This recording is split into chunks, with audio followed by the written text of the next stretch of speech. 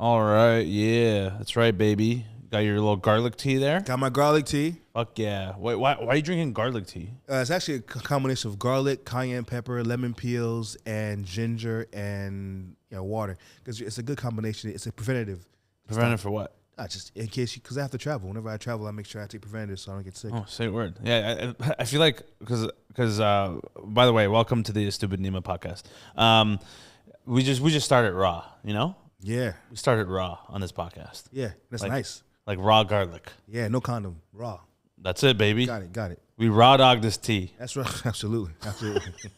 I feel like because we met in 2018 in Perth, Australia, and bro, the first time I met this guy, this guy opens up his suitcase. It's like a fucking pharmacy in his bag. That's right. He's got like 30 like bottles of supplements, nutrients, minerals, vitamins. I'm always on something.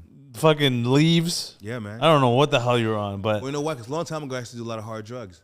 I was not a drug addict, but did drugs for like 30 years. You know, I'm not a drug addict though. Just 11 years, but who's counting?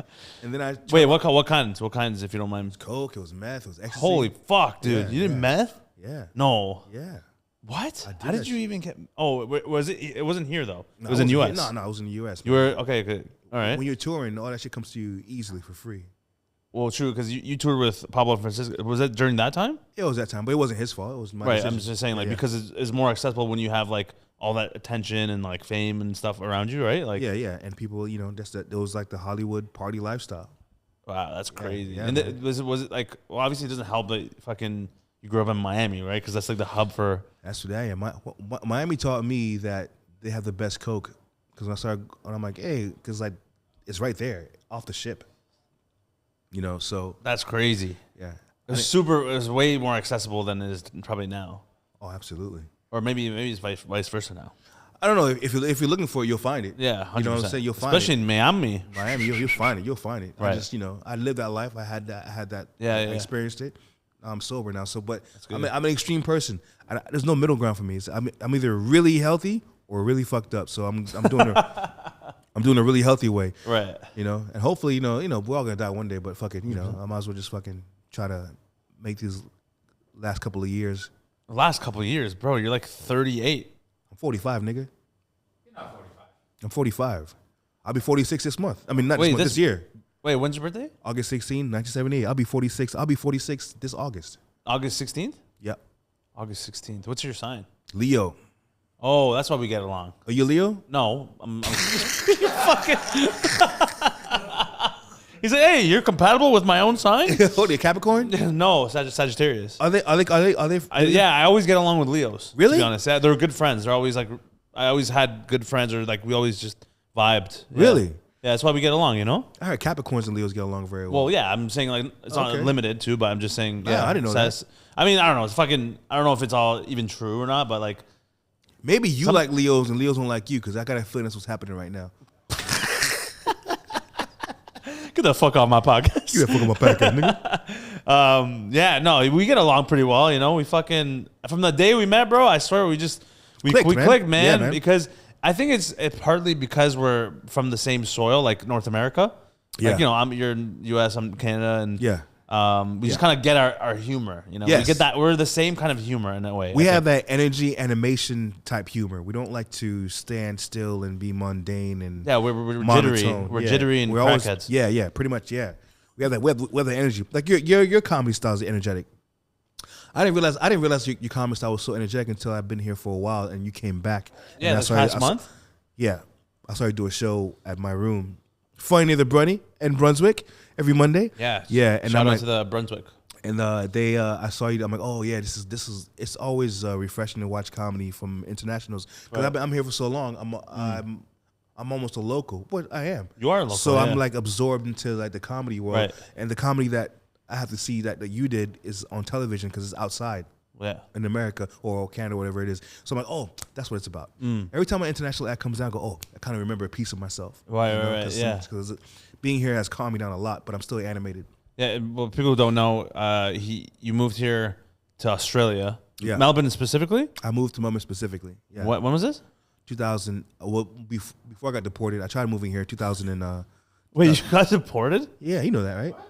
Wait, deported from here to back to the U.S.? Yeah. Oh wait, I think I heard you mention that at the club this weekend. I touched it on like the you touched it, but like I don't remember you fully telling me that. What happened? Oh, here's what happened. I came here originally. Well, I'm a citizen now, so they could watch this. Yeah, shit. You can't get rid of me now. It's too fucking late. Aussie Ashley. Yeah, mate. Unless they change the rules, but I'm not a criminal, so I'm fine. But what happened was I don't know. We'll see. We'll see. I came here originally on a tourist visa, and I was visiting my girlfriend, who is currently my wife. And mashallah. Mashallah. Yeah, she's Arab too. So yeah. Arabi. Arabi, whatever. That's Italian, but it's falafel. Anyway. Falafel. This guy says falafel. I can say that. Can black people be racist? That's one perk. Dude, everyone's racist. Yeah, but we're allowed to. Yeah, you're allowed, yeah. So falafel and hummus. Falafel. That's right. All right, yeah, so anyway. I'm chicken and watermelon. She's falafel and hummus. Chicken and watermelon. Anyway, so I met her, and I said I came here, and I was trying. I'm like, okay, I'm just gonna move here, and I didn't even know about the whole visa thing and shit like that. And I started doing all these shows, continuing my career, and then I had to extend my tourist visa, and then on the application it says, have you performed here? Have you done any work? And my girlfriend, my current wife, she goes, you need to tell them that you did this one show, and I go. Oh, no, I didn't. I'm not going to tell them because you need to tell them or they'll find out. So I'm like, okay, I did this one show, but I didn't do it for free. So when I went to go, I did it for free. I told them that. And then when I went to go apply for it, they said, you know what? We're going to hold on to this application. I go, that can't be good. So we'll call in a couple of days and let you know. Because usually they're supposed to approve it's a tourist visa. It's an extension. Should be done right away. Nigga, they called me the next day like, hey, the jig is up. We done Googled you. We found out you've been performing here. And I'm like, oh, shit. So he goes, I'm supposed to deport you right now. Oh, fuck. But I'm going to give you 28 days to leave. Because if I deport you right now, I have to ban you for 3 years. And because what you did wasn't, criminal activity, right. It was still illegal performing. Wow. So I'm going to give you 28, give me a grace period. I got my lawyer. My lawyer goes, don't worry about that shit. Take your ass to Bali. It'll reset your visa. And then you can come back here. I go, no problem. And mind you, my girlfriend, I'm falling in love with her. Like I'm like, this is the person I want to be with. So this is like, it's gotta happen. It's great. So I go to Bali and I apply for my visa, and they're like, nah, nigga, we're not doing this shit. Take your ass back to America. So then I had to fly back to America. That was like one of the saddest days of my life, man. Like, really? Because I found this new life and this woman I'm admiring and loving. Yeah.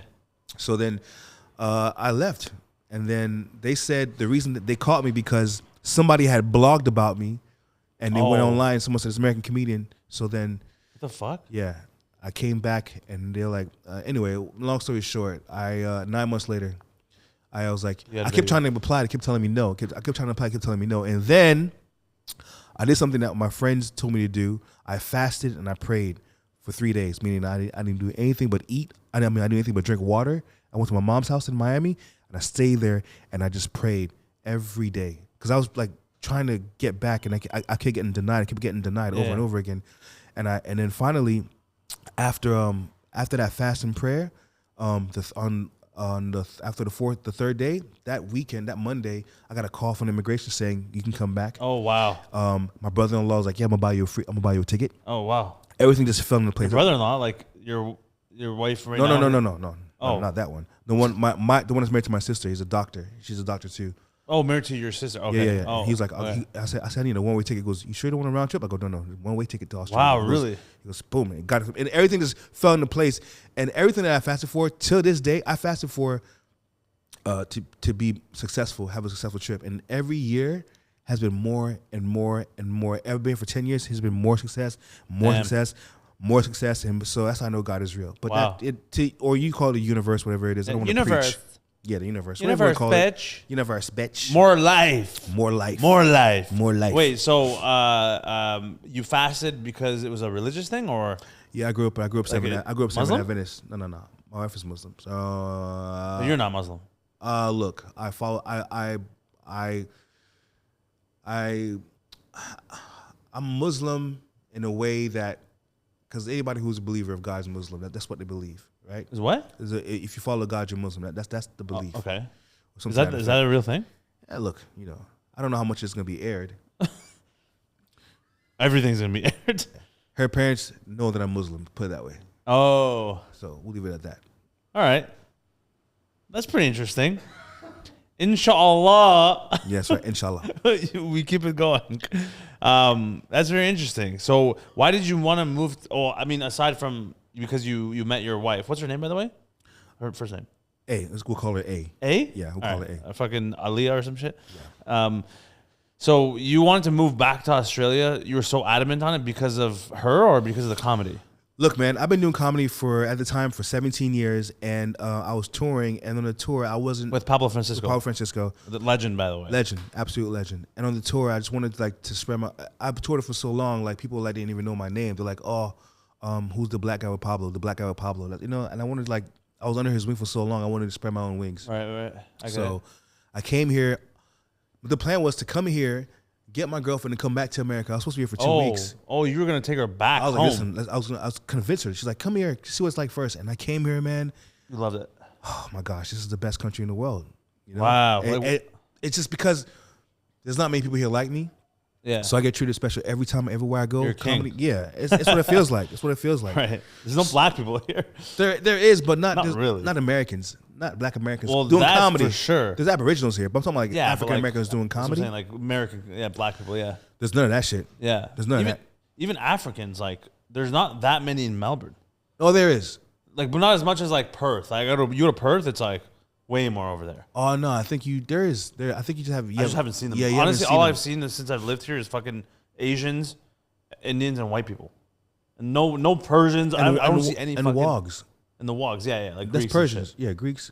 Well, yeah, would we be considered the Wogs? Absolutely. Really? Yeah. I thought it was the Greeks and Italians and no, it's Greeks, Italians, Macedonian, Persian. Oh, anybody of that ilk is a Wog. Right. Wog is the term they use in Australia for what's the acronym for it? I think it's Western Oriental Gentleman, which is weird. Gentleman? Yeah, Western Oriental Gentleman. Yeah, I don't know the why fuck it's like that. I don't know to this rate. I don't know. I don't think it's that. Really? Yeah, but let me tell you that it's pretty much just fob. It's fresh off the boat, like immigrants. Pretty much, yeah, something like that. It's like European. Yeah, you know what? That's fucking olive skin immigrants. That makes perfect sense. That's probably what it is. Whatever. That's probably what it is. Well, because back home in Canada, we call Italians, and Greeks and shit, we call them wops. I don't know if it's the same thing, but it sounds like it's the same shit. Yeah, but probably is. No, whatever. My wife is a wog, considered a wog. Okay, so that makes sense. Okay, so then I'm a wog too then. Yo, we're wogs, bro. Yeah. My brother is behind the cameras too. We're both wogs. He's a wog. I'm sitting here with wogs right now. Yeah, he's Googling right now. Pull up wogs, Jamie. Oh my god. Man, your impressions, bro. I swear. I didn't know how talented you were until you left. Huh? I had no idea you were so talented. I'm being real with you right now, man. I had no clue. Because when you can't open up for who is this punk who can't turn on a microphone? This guy does a whole set with the microphone off. And I'm watching him like, what's he doing? Didn't fucking tell me. I was being entertained. You motherfucker, bro. And then I'm like, it was funny for me. Yeah, of course. And then I got on the microphone and I got on stage because you opened up for me. And then and I'm like, okay, cool, it's got started. And then you left, and then maybe a year later, I started following it, and then I saw this clip of you doing Gary Vee?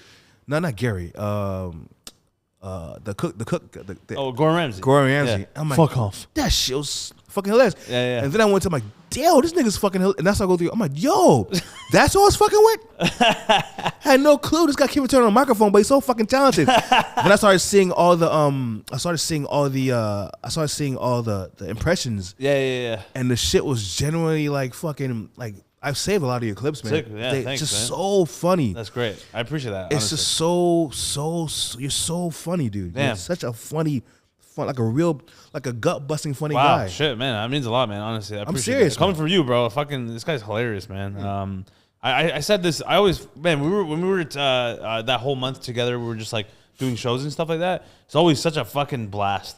Yeah, it was. We're just talking shit. Yeah. Bro, remember I made this guy read my hate comment on YouTube, the fat ugly fuck one, and he's now to this day because someone you're getting real now, okay? Well, because someone on my YouTube channel, it was one of the first hate comments I got at the time. That was when I was pretty new still on YouTube even. And then someone wrote a whole paragraph about how fucking annoying or dumb or shit I was at comedy. Yeah. And they started off the hate comment with, "Listen up, you fat ugly fuck." Yeah. And then ever since, he's been calling me fat ugly fuck.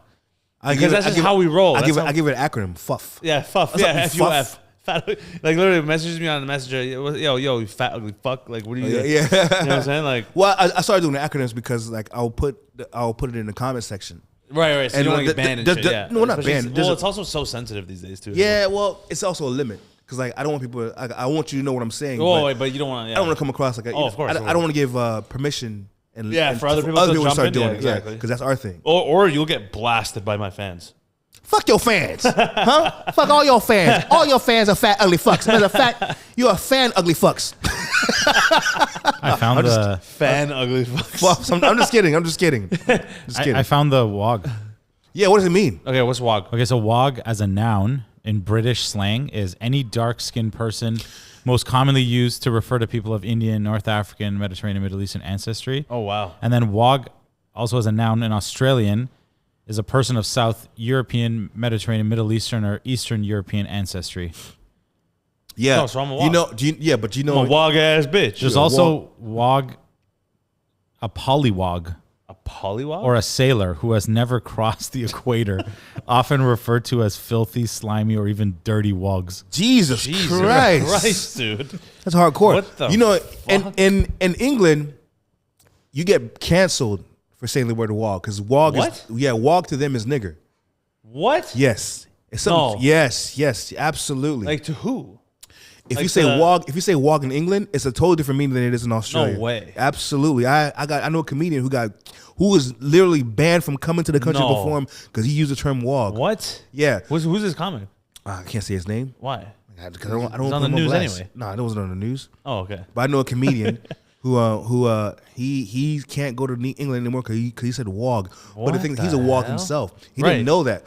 So people from England, when they come over here and they see the word wog, they freak out because they think it's fucking. Oh, interesting. Yeah, so it's two totally different meanings. But at the end of the day, over here it's a term of endearment. In England, it's like, yo, don't say that shit. Don't say that shit. Oi, bruv. Bruv, what are you dealing with, bruv? Yeah, it's fucking. Are you fucking mad, innit? Hey, mate, are you gonna keep looking at me like that? Yeah, I swear to God, mate. Hey, yo, fam, that's how you dealing with, fam. This guy's laughing. Shut up. Oh, yeah, he called me the fucking Windex laugher. yeah. That was the other thing. That's how I laughed, man. When we met, bro, first time he laughed, I was like, why does it sound like Windex, bro? I'm like, and then we just, the whole month just roasting it. Every time he laughed, just at a window, just. That's bro, so funny, so man. You fucking donkey. Are you mad, bro? I'm mad, bro. Yeah, but man, that's what wog is, man. That's crazy. So we're wogs here for sure. Yeah, and it's fine to say here. So even though also too in England, like the C word, like over here, everyone used to have the joke too, and like I talked about sometimes, like it's like like cunt is such an endearing word here, but over there, everywhere else in the world actually, is like the worst term. You say cunt in America, bro, you get shot. That's like the N word, pretty much. I mean, it's not as bad, but it's not. Look, it's up there. N word is N word. Would you say is the worst? It's the worst when you use it like in if you use it in malice terms, obviously. But if people use the N word in a playful way, it's not as bad as someone saying like cunt, like you say aggressively. In America, man, the C word is like I hardly ever even used it. It doesn't feel right even saying in that accent. It sounds way better like I can't. Yeah, over here. Oh, you damn can't. Yeah, right. It's like it's more playful. Over here, it's a term of endearment. Yeah, it's great. Yeah. I love it. I'm so excited because I'm like, we're here. I'm like, oh fuck, does that mean I can just call people cunts now? Like, but like, it's just like I don't know. It's hilarious. I think that's one of the many things I like about Australia is that you can use that word and there's no tipping as well. Oh my god, bro! You don't understand. He's clapping behind the camera. You don't understand. It's so nice. How refreshing it is from a North American point of view. Yes. Because in Canada, the same shit. The U.S. is even worse, bro. Fucking, there's so many memes like people make these skits about like, oh, in America, like how like, oh, and you're just gonna answer a few questions. They turn the tablet around, and then it has like tip 20%, 25, 30. Like, are you fucking nuts? Yeah. What did you do? You poured milk into a cup. And it doesn't matter. If you go into the hotel, the nigga that opens the door for you is waiting for his tip. Everyone's waiting for a tip in America. Tip. In Canada too. Like that's why when we came here, it was such a culture shock. I'm sure it was for you too. But at the time when you came here, it wasn't as bad as tipping culture is in Canada now. And in America, like I feel like it's way more a big thing in North America. It's like compulsory, huh? It's compulsory. Compulsory? Compulsory, yes. Like it's mandatory. Yeah, pretty much. In North America. In America, it's like a soft, like indirect. Yeah. No, it's literally if you don't, like people will shame you, bro. Yeah. They'll post about you on Facebook, Reddit. You'll get canceled. Yeah. Who's this cheap fuck? Because in America the wages are so low. Jobs that are tip specified are wages like you getting like I had 3 jobs, 2 jobs. I was a waiter and I was a valet person. I was getting paid like $4 an hour. You look like you would be a valet. I fucked up a Hummer too, but that's a long story. I was so excited. Boom! Oh shit! I got so scared. I got in the car and I ran to tell myself. I said, "Hey, I did this. Oh my god! Yeah, That's crazy. Yeah. No tip, no nothing. Did you get fucked from that job? Nah, the guy goes, "You told us the truth and you told it was you, so it's okay. Don't do it again. We're insured." Yeah, that's what happens when you're a billionaire. I took it around I didn't take it straight to the parking lot. People do that shit, eh? I was like, oh, valets fuck. do that shit. They definitely roll around like they rip it. Nigga, I was fucking talking like Arnold Schwarzenegger and shit. Because at the time, Hummers and Arnold Schwarzenegger were associated together. I was like, go here. Boom, oh, fuck. Yeah. I won't be back. Not to this job. But yeah, it's a tip. But over here. Wait. What's that? There's that movie where like the valets, they ripped some car. You remember? It's like an old time movie where really? they rip a Ferrari or some shit and they go over this hill. It's like a fucking. You remember what I'm talking about? Nah, man. Some old. Is it Ferris Bueller's? I think so. Yeah, I think it's Dad's car. Maybe I'm thinking of something else. No, but there's another movie where there's valets. But anyway, just like reminded me of that. But what were you saying about tipping? Over here, the wages are so nice. It's like you don't need a tip. That's what it is. So, that's how it should be though, because you know what a pharmacy assistant gets over here in America is what a waiter gets over here. A pharmacy assistant? A pharmacy assistant. I know a pharmacy like $14, $15 an hour, something like that. Pharmacy assistant here gets that much? No. Over there. As much as gets what a waiter gets here. But waiter, okay, so how do waiters get paid here? Like, they get paid like $15, $20 an hour or some shit like that, man. Is that what's minimum wage here? I don't know, but it's like it's in the double digits for certain. So the waiters don't get tips here at all? Nah, you can, right? Like they act weird about it. Like I tip, and whenever I tip here, they act like, "Are you sure?" What? Which one? Minimum wage? Australian minimum wage is $23 an hour. See? Damn, that's pretty fucking good. See that? And that's what a pharmacist would get in America. No, they would get way less than that. Oh, wait, no. Yeah, less the than conversion maybe. No, fuck the conversion, because whether it goes up or down or not. Yeah, you're right. It's way lower over there still. Bro, they don't give a fuck in America. If I told somebody I was making $20 an hour, just 20, not even $23 an hour, like, yo, you got $20 in America? Yeah. Oh, yeah. They'd be snapping. It'll be like, yo, regardless of the conversion rate, because like there have been times where like the Australian dollar was stronger. It still didn't matter. Yeah, that's true. If you convert, even if you convert it now, it's like still more. I know. You know what bothers me the most about tipping? And I've been talking about tipping this. itself. Oh. I've been talking about this for like 10 years, like literally since coming out of high school. I think I just don't like how the onus is on the customer to provide this person's job with their wage, with their like, why am I responsible for you getting paid? Like you should be getting paid by the fucking guy who owns this place. Yeah. Why am I in charge? Now the pressure's on me. Yeah. What if someone has social anxiety and they're like fucking tripping about, like how much should I pay this person? Like people actually have like mental anxiety. For that? I swear to God. No, it's a just real you, thing. You're cheap. No. That's what it is. Mental anxiety. Give a nigga $5. Oh my God. I'm triggered. No. But you know what it is though? It's like thinking about how much to give. That it puts a lot of pressure on people. Yeah. Because then like you put too much, and now I don't know. Now you're like, oh fuck, I needed that money. Put too little. Oh man, I wonder if like there's too little, and like they're gonna think I'm a fucking fuckhead. Now I'm gonna walk out here awkwardly, and they're probably talking about me. You know what I'm saying? It's just like it doesn't really like you don't get a full like welcoming experience. I feel as opposed to somewhere like here, you just like pay. And they're like, oh, they're so ecstatic because you just paid. And then that's it. You don't have to worry about no bullshit. You know what I'm saying? That's more so where I'm coming from. I get it. I'm like, I just feel like it's ridiculous in my opinion. I'm glad I never thought about it that way. I'm glad now that you put that in my mind. I'm like, fuck, I never thought about it either. But then you're supposed to pay 10, 50%. I'm like, I don't got time to calculate shit. Well, that's the other thing too. I'm like, man, I gotta fucking do math. It's such a first world problem, but I always give $20 minimum. That's what I do. $20 minimum? Yeah, as a tip? Where? whenever I leave a tip, it's always $20 minimum. Bro, what if you fucking buy 7 different things that day? You're tipping $20 each time? No way. If it's an expensive bill, then I'll probably okay. Well, that's different. More. Depends on what you. If I buy one, I don't care what it is. If it's something that you're not going to a fucking Wingstop getting a pound of wings and tipping the guy $20. No. If anybody serves me as a waiter, I always give a tip. $20. $20 minimum. Because you think I'm a fucking asshole, huh? What, you think I'm a fucking jerk off?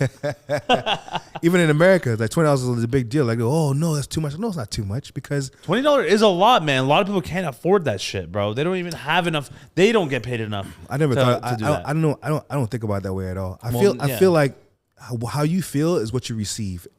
And whether it's like we were spiritual or whether it's science, if you feel like you have it to give, the universe will. You'll always be a giver. Like people that know me, man, like I'm a big giver and I have no problem giving. Sometimes to the point where people take advantage of me, and I don't care. Yeah, it doesn't bother me because like money flows, bro. It just flows. I don't really have that scarcity mindset. Scarcity mindset. You know what I'm saying? So actually, I shouldn't say. Take that part out in case somebody sees it and I owe them money. Yo, thanks for giving me so much in the past 10 years. No, but I always tip $20, man. That's my thing. That's interesting. That's very interesting. Here, if a delivery guy, one time I had this guy come to fix my door, but I had a Ring camera that had it set up, and I didn't know how to do it. And he's like, "Oh, I'll do it for you." He did it for me, and then I gave him like $50. He's like, "Are you sure?" I was like, "Yeah, man." Here? Yeah. That's and wild. Another guy came. He brought me I bought this mattress. He brought it over. I gave him $10. He goes, "No, I can't take this." I'm like, "It's just $10, bro." They're tripping. They're not used to it. They're not used to it. I go, I'm American. I go, okay, but yeah, and you know, American can. When I go on the ship before I start my day, because like I give my steward like a tip as well because they're gonna be there. They don't want to. Yeah. And plus, it's just like good faith. It's a nice thing to do. It's all I agree, man. I mean I'm all for it. Like if once again, I feel like it's relative though because it's like if you can afford it then fine, but even if you can't, I mean wherever you can, if you can, I think the thought of giving it for the right people makes sense. But I don't know, some people I feel like they don't really deserve a tip sometimes because like they're assholes or like their service just actually wasn't that good. Yeah, I'm like, well, bro, like there's nuance. Yeah, you know what I'm saying? Yeah, I get that. But I get that. I think the whole thing about tipping is it's up to you. Yeah, if you want to tip or not, man. I mean, I heard in other places in the world too. It's like, was it in Italy or some shit? They don't accept tips or something. Really? Or Italy, right? Like they're fucking like, what do you mean tip? Like, get the fuck out of here. It's almost an insult. Yeah, it's like insulting. Yeah. Is it? Insulting. It's like frowned upon because then they feel like, oh, what, you think I can't like make my own money or like it's almost like charity. Yeah. Like it's not the hard and fast rule, but just like the general culture, at least from. So it's the equivalent of walking to the street and giving a random dude $5. Like, what the fuck are you doing this for? Pretty much. Like, and I'm wearing a fucking Armani suit. I know, but here you go. It's okay, brother. It's okay, brother. Looks Take fake. the $5, brother. Don't worry, brother. That's crazy. You know what? The way I feel about that anxiety shit with Uber. Oh, same shit. Yeah, that's what I'm saying, bro. But Uber, they fucking get to score you. Like my Uber rating has gone down, and I don't talk to none of these niggas. My friend goes, You're not talking. It's because you're not talking. My bitch, I'm not here to talk to you. Like you have a job to do, and my job is to just sit in the back and just chill and give me a ride home. And like my friend, he's like, listen, man, you got to talk to them, you know, because like, you know, if you don't talk to them, why am I paying you and then you get to judge me on top of that shit? That's why Uber people should not, unless you vomited in their car, you can put a note in. This guy's fucking crazy. They're drunk. I get 100%. That. But don't fucking judge me for Because they're all losers. That's like paying a stripper and then she's like, has a scorecard on you or some shit like that. His fucking lap dance receiving skills are terrible. You fucking bitch. Yeah, it's just dumb. I'm not paying. Why are you judging? Why are you scoring on me? My dick. It's like, yeah, it's like he didn't offer me water. Bitch, I shouldn't offer you a water. Yeah. It's your job to offer me a water.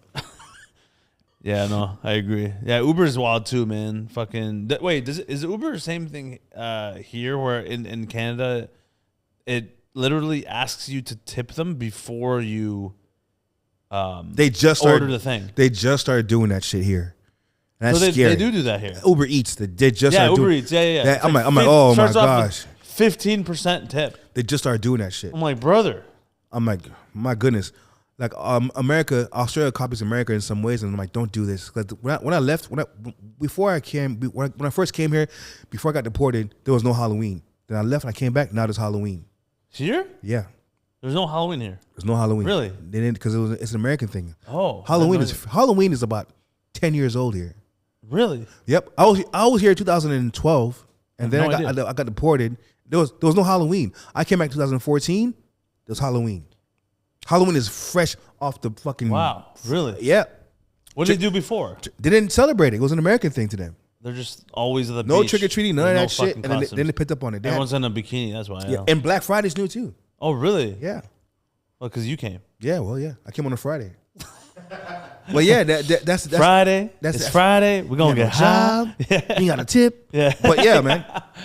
That was a new thing. I'm like, and now I'm like the tipping thing, because like now when you order when you're getting food and you're paying for it, there's a thing that says tipping option here. At on Uber Eats. Yeah. And Uber Eats or no restaurants on restaurants. Like you're dining in a restaurant. There is an option now. When you get a recipe card, and there's an option, but 9 times out of 10 they hit no for you. In their minds, like I guess because it's a protocol for all the machines. Oh, I see. Because America has it. So yeah. So like just hit no. But sometimes there's a pause. You're like, fuck. All right, here you go. That's so weird, man. Like, tipping is like becoming a thing, but it's not enough of a thing for it to become a thing. But it's just the sprinkles over here and there. They got tipping jars. Like, yeah, y'all got tipping jars now? Fuck. Okay. Wait, so it's just so it baffles me because I'm so used to going to restaurants in Canada and the US. And it's like that moment of truth. Where like I better fucking hit the right number on this machine, or else this lady's gonna fucking go talk shit about me in the back to her. Well, fuck you talk shit about you in the back. Yeah. But I'm just saying, like, but here you're telling me you go to a nice restaurant, fancy restaurant, fucking 4-course meal, back and forth, great hospitality, great service, and at the end they don't expect a tip. No, they expect a tip. Oh, they expect a tip. That's like the high. I've been to some classy restaurants. I went to this one place that had I couldn't figure out the pricing. I wanted a steak. I love steak. Oh, fuck yeah, brother. That's fucking. Steak Kings over here. Steak, I fucking love it. We got a steak poster up there. You noticed that when we came in. Bro, steak is the best, bro. They're hard to find a good. So I found this place. What do you mean? It's hard to find a good steak. Is it? Sometimes I thought it was good to. No, it's good, but sometimes like like a perfect non-chewy, succulent, tender steak. Yeah. I found a place and the steak came out. I forgot. I couldn't figure out the pricing of it because like 500 grams for this. I'm like, oh, fuck math. I want that one. That one looks tasty. That shit came out to $120 for that steak. Damn. Yeah. And then the restaurant, I ended up paying like a couple of for it because it was me and my wife. And then that place, when I gave them a tip, we give them a tip, they're expecting them to go, thank you. Like, as in like, yeah, I expect this. They weren't like fucking, oh shit, thank you. They weren't surprised. They were like, thank you. So I'm like, they weren't surprised. They weren't surprised. And that's every restaurant that I go to that's high class. I don't do a couple of them every so often with the wife. Yeah, right. Usually I just go to a regular restaurant, yeah. And then it's just like, okay, so now the tipping culture is, if I'll give it a percentage, maybe at 0.02%. 0.02%. That's how popular it is now. Before it was 0%. Meaning that still very low. It's still very, exactly. So yeah, you do have to tip every so often. Interesting. Fuck, I had no idea. I mean, either way, in general, I love the fact that it's not a full culture. That's what I'm saying. Is it so much more relieving, honestly. Yeah. It's a huge weight off my shoulders. Let's talk about how shit the racist the comedy culture is. The comedy culture? Yeah, I'm gonna be Cat Williams, nigga. Let's go. Let's fucking go. Wait. Yeah, spill the tea. Go ahead. Talk about the comedy culture here in Australia. Actually, and if you can also compare it to back home, if from what you remember. Back home, as far as culture, as the comedy has always been this thing where the comedians are in one mind, and the people who run comedy, the people who are agents, the studio executives, their mind is so fucking passive racist. They're passively racist because in their mind they go, okay, you're an Asian comic, so we're gonna get you with the Asian community, or you're a Spanish comic. When you just, I'm like, so that's always been a thing. Yeah. But over here, when it comes to black, I'm talking about non-Aboriginal blacks. Yeah. They don't know how to fucking react because in their mind, Africans are poor, so they don't invest any money into African comedians. They don't invest any time into African comedians at all because they think, well, they don't sell tickets. But they'll have like an Asian fucking thing. They'll have like a WOG thing, but the WOGs do it on their own. Right. Specifically the Melbourne.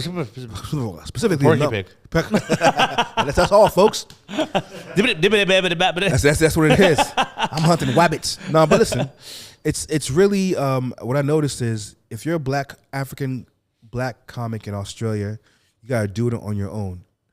The only people who help you in comedy are the people who book comedy rooms and the people who book shows. Like my cruise agent, she's amazing because they're all about repeat business. Yeah. But anything that has to do with television or investments, they're not gonna fuck with you.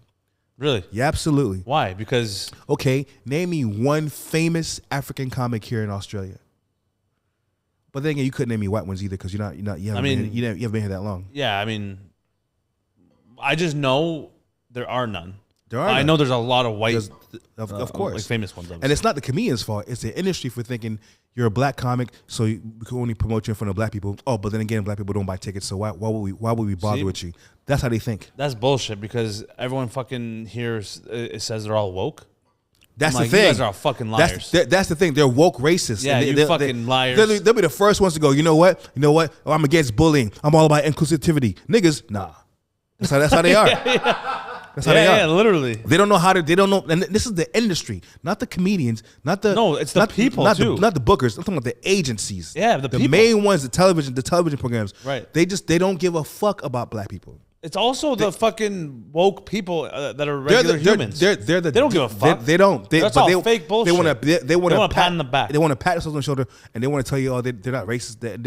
They want to show that they're not racist so much by showing you that they're racist. Yeah, it's so facts, man. I actually sense it too. Yeah, I'm telling you, that's weird. But that's the thing, though. The people aren't racist, and the industry isn't racist in the sense of comedians. The consumer is not. The Australian consumer is not racist.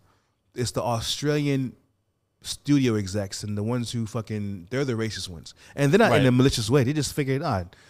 They think niggas are poor. They think Africans are poor because you want to know what? Because Africans don't come out to comedy shows. Want to know why? Because we don't see ourselves. Yeah. Well, why the fuck else do you? Yeah, we don't see ourselves. But when it's an African comic, they'll come out to see like Emo and Joe White. When they have shows, people come out because they know it's a black thing. Right. But the industry hasn't picked up on that shit yet. It's almost like Black Panther. They didn't want to fuck with the black dollar until Black Panther came out. So there's ample room here for people like me, but we have to do it on our own.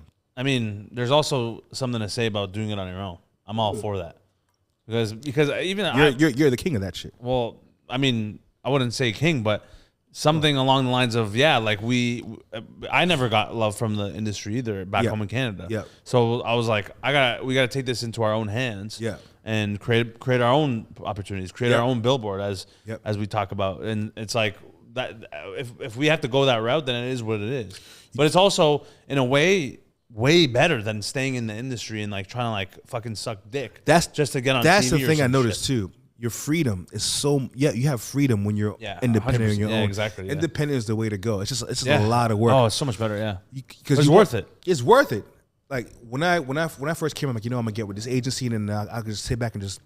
But it doesn't work that way. The only people who fuck with me are the managers of comedy clubs and my agent who she does all my cruise ship stuff for me.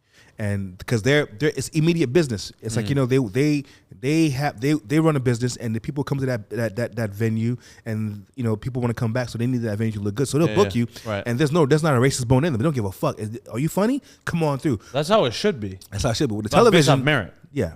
But on television, it's like, okay, so you're trans and gay and Chinese. Yeah, well, that community is fine because some of them are actually pretty funny. Yeah. However, they're basing you off of your people who look like you, so we can promote you to them. And when comedy is so wide, it's a wide net, but they want to put you in this pigeonhole, and I hate that shit. I know. I perform for Australians all the time. They're all white, but like they don't know what to do with me because now if this place was full of African Americans, they're like, okay, we can get you to but then there's a big African market here that's consistently being ignored. 100%, bro. Don't have anything for Africans here. We have to do it ourselves. Yeah, even at the Comics Lounge, like great club by the way. Just in general, I never see anyone other than white people come to the shows. You mean the audience? The audience members. I'm like, there's not. Where are all the fucking colored people out? Well, look, that's a ratio involved. You know, there's the black people do come to the shows every so often, but that's everywhere. It's just a ratio. No, I know. I'm saying in general, I feel like I don't know. It's like the culture almost but like you go to America, man. Some of the black rooms in America, I'm like, those are fucking sick. Yeah, but they don't have enough. But they don't have that here. Right? But here's another thing too. Let me tell you how far back our Australian industry is on television. Black people on television here, it's not a thing. You see Aboriginals, right, as they should. They should be on there. They should be that. But I'm talking about like there's two types of blacks. There's Aboriginals who are they're indigenous. Yeah. I'm not speaking on that. I'm speaking on Africans. Yeah. Why are they being so ignored? Consistently being ignored on television. You never see them on television. Only time you see them on television is when they want to promote on the news when it's an African gang or UNICEF. Yeah, exactly. Some shit like that. So when little black kids see that shit, they go, "That's all I can be." Right. I watch American shows, man. I'm like, oh man, they got these shows where like a black woman is the judge or a black woman is the police chief. That's the type of shit that we need to see. True. Yeah, so, they have a lot of that representation for sure. They do right now. Over here, I feel like even there, it's a lot of identity politics, and it's very pandering. It's still pandering and very hitting quotas. Over here, we can't even get a quota. Yeah. Well, there's not enough people. I don't think that. There's a lot of Africans here, and they would come out if they saw us. But right. That's the thing where I learned. But you know what? Doing stuff on your own is actually so much better because you're gonna find support somewhere. Well, we always talk about this, my brother and I. There's an audience for everyone. There's a market for everyone. Absolutely. Right. Absolutely. It's just you just have to find it. You know, let them find you. Finding Nemo. Yeah, finding Negro. Exactly, right? So that's why we really strongly believe in the power of content because content. Bro, like you're gonna fucking just hit your market.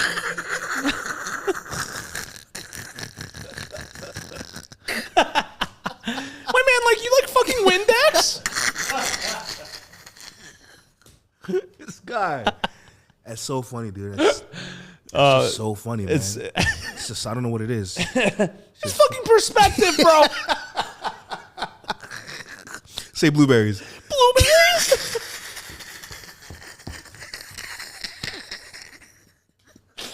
Woo. Hey man, can you clean my windows later? What's the magic word? Blueberries.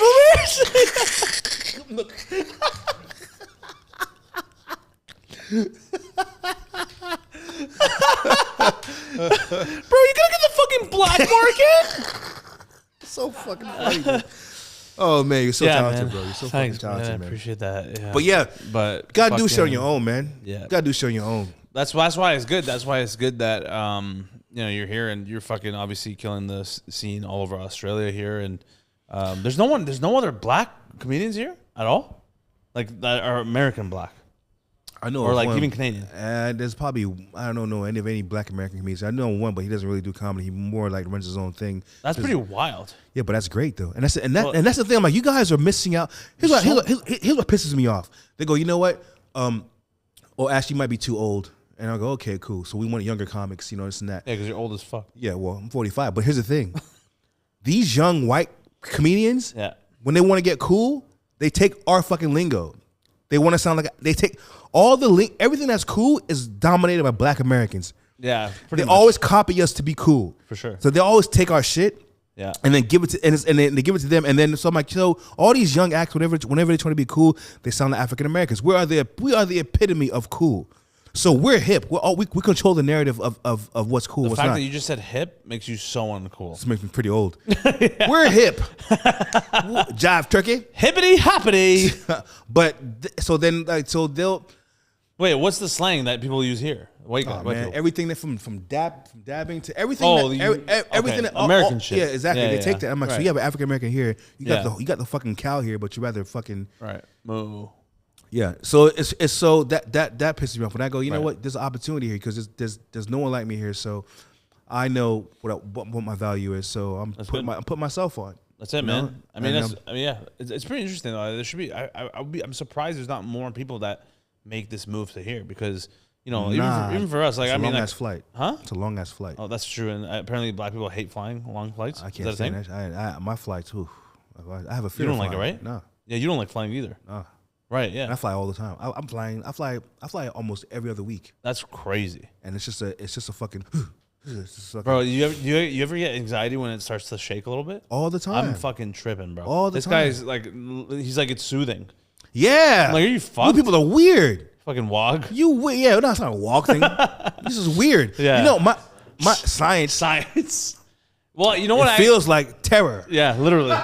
You know, actually, yeah, bro. Even the smallest like little bump, I'm like, yep. My heart drops, bro. Yep. It's crazy. And then I see people like just reading their book, like, oh, my wife. Are you fucking dumb? Yo, my wife.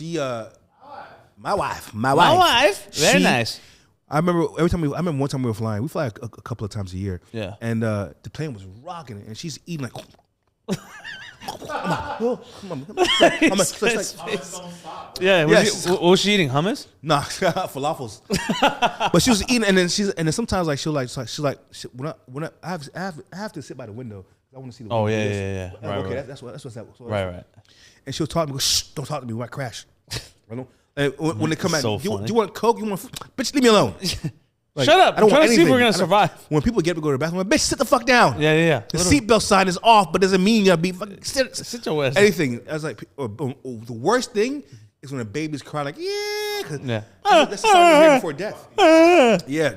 Oh, I don't play that shit with kids at all. Bro. There's one time this kid was like fucking shaking my seat. Oh my god. I get up and I look at the dad. I go, you gonna stop that or you want me to do it? Wow. You did not say that. I did. What are you, fucking Mortal Kombat, dude? When I'm on a plane, this guy's the equalizer. When I'm on a plane, all my niceness goes out the window. I'm there for a good time. No, I'm there to make it. I'm there to survive. This guy's Denzel and the equalizer. If somebody coughs, all right. Okay. You gonna cough on the plane? Put a fucking mask on. One time this lady was coughing. I said, hey, tell her to put a fucking mask on. She's coughing. She's getting me sick. It's so frustrating. I hate traveling with people. I know. I see why there's private jets. Yeah, I'm like, oh fuck, man, you guys are. I know. People coughing and talking loud and like no one wants to hear your fucking phone conversation. Shut the fuck up. So I wish there was a rule. Who's talking on the phone in the plane? People, no, well before the plane. Before one time though, this was Rex Airlines, REX. First of all, why would you call the airline Rex? Sounds like a scam. Yeah, it's a scam. It's the original thing here. REX. It's called Rex Airlines. Really? Yeah. Yeah. Some Tiger Air shit. It's called Rex. Okay. You know what it sounds like? Rex. Yeah. Like something Rex, car wreck. Oh my god. That's like a Dr. AIDS. Like you know what I'm saying? You don't call a thing Dude, Rex. imagine you go to a doctor's house and say, hey, I'm Dr. AIDS. Is you anything? What are we here for today? I'm like, yeah, I gotta go. What's a vagina doctor called? Gynecologist? A gynecologist called Dr. Chlamydia. You know what I'm saying? That'd be wild. That's like so. It's like, yeah. When it comes to flying, dude, I'm not nice at all. Like I don't play that shit because my life is in danger. I feel like fucking. You need to be quiet. Hey man, he said fucking put the phone on airplane mode, bitch. You gonna make us cry? I'm watching you. I watched it. I snitch.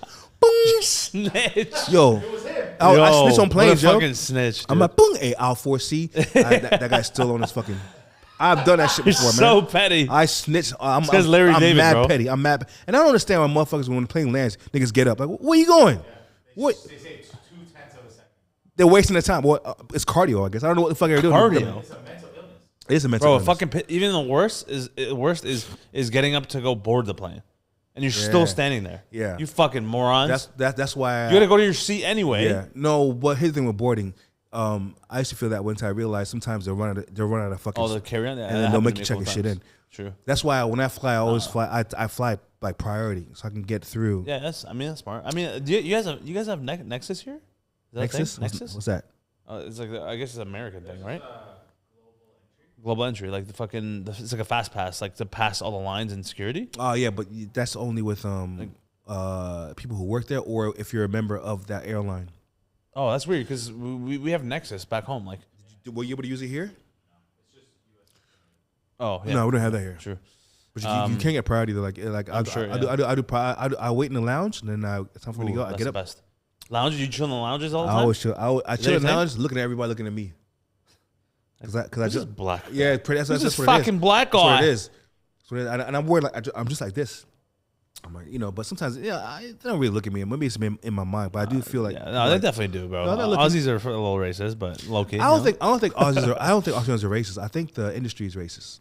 Yeah, that's funny. I feel like was it you who asked the audience? You guys think Australia is racist? And then No, I never do that. I think someone else asked that. Joe Another does comic that. on the show. Joe does that. No, I saw someone else ask that at the other show the other night. A white comic? Maybe. Yeah, I think it was Michael Schaefer or something like that. But he was just Michael Schaefer setting up for a joke or some shit. yeah. But I don't. yeah, I've heard comics ask the audience, "Hey guys, you think Australia's racist?" And then everyone's like, "Woo!" Yeah, I don't get. Because the thing is, I feel like it's unnecessary. Well, but it's also weird coming from you because then everyone feels like, "Oh fuck, we have to clap because you put him in a weird position." I always say Australia is not racist, but the people who run the comedy industry are racist. Because I'm speaking from experience. I can't talk for things I don't know about. Right. The executives, the TV, they're the ones who are fucking racist because they just That's so crazy. In their mind. It doesn't register in their mind because they don't know what to do. They're so behind. My manager goes, they don't know what to do with you. I go, well, I'm a human being. I'm right. and I'm like, like what the fuck does that mean? Don't to do with me? You think you know what it is though? Honestly, I have a hunch that I get this vibe being in Australia, where like I feel like they care more about their own people. Yes.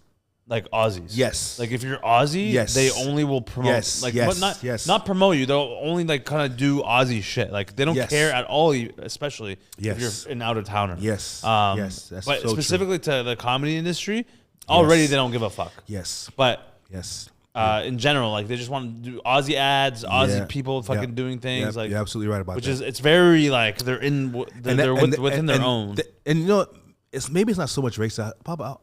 You saying that makes me really think about what I just said. So I'll have to retract that statement about the industry being racist because there are white Americans here who can't get any type of action. Right? As yeah. well. Even white, even me. Like people like yeah. Like they like you, but at the end of the day, they're not like he's not one of us. It's like Jewish people. You know what I'm saying? That's Jewish people wild, they take care of their own. Well, yeah. First, yeah, so the industry has that in them, which I understand. And I'm an Australian citizen, but it's like but you're not really Australian. Yeah. Yeah, you're like passable. Right. You're like a transgender. Right. You know what I'm saying? Like, you're not really Australian. You're just not really. You just got the surgery.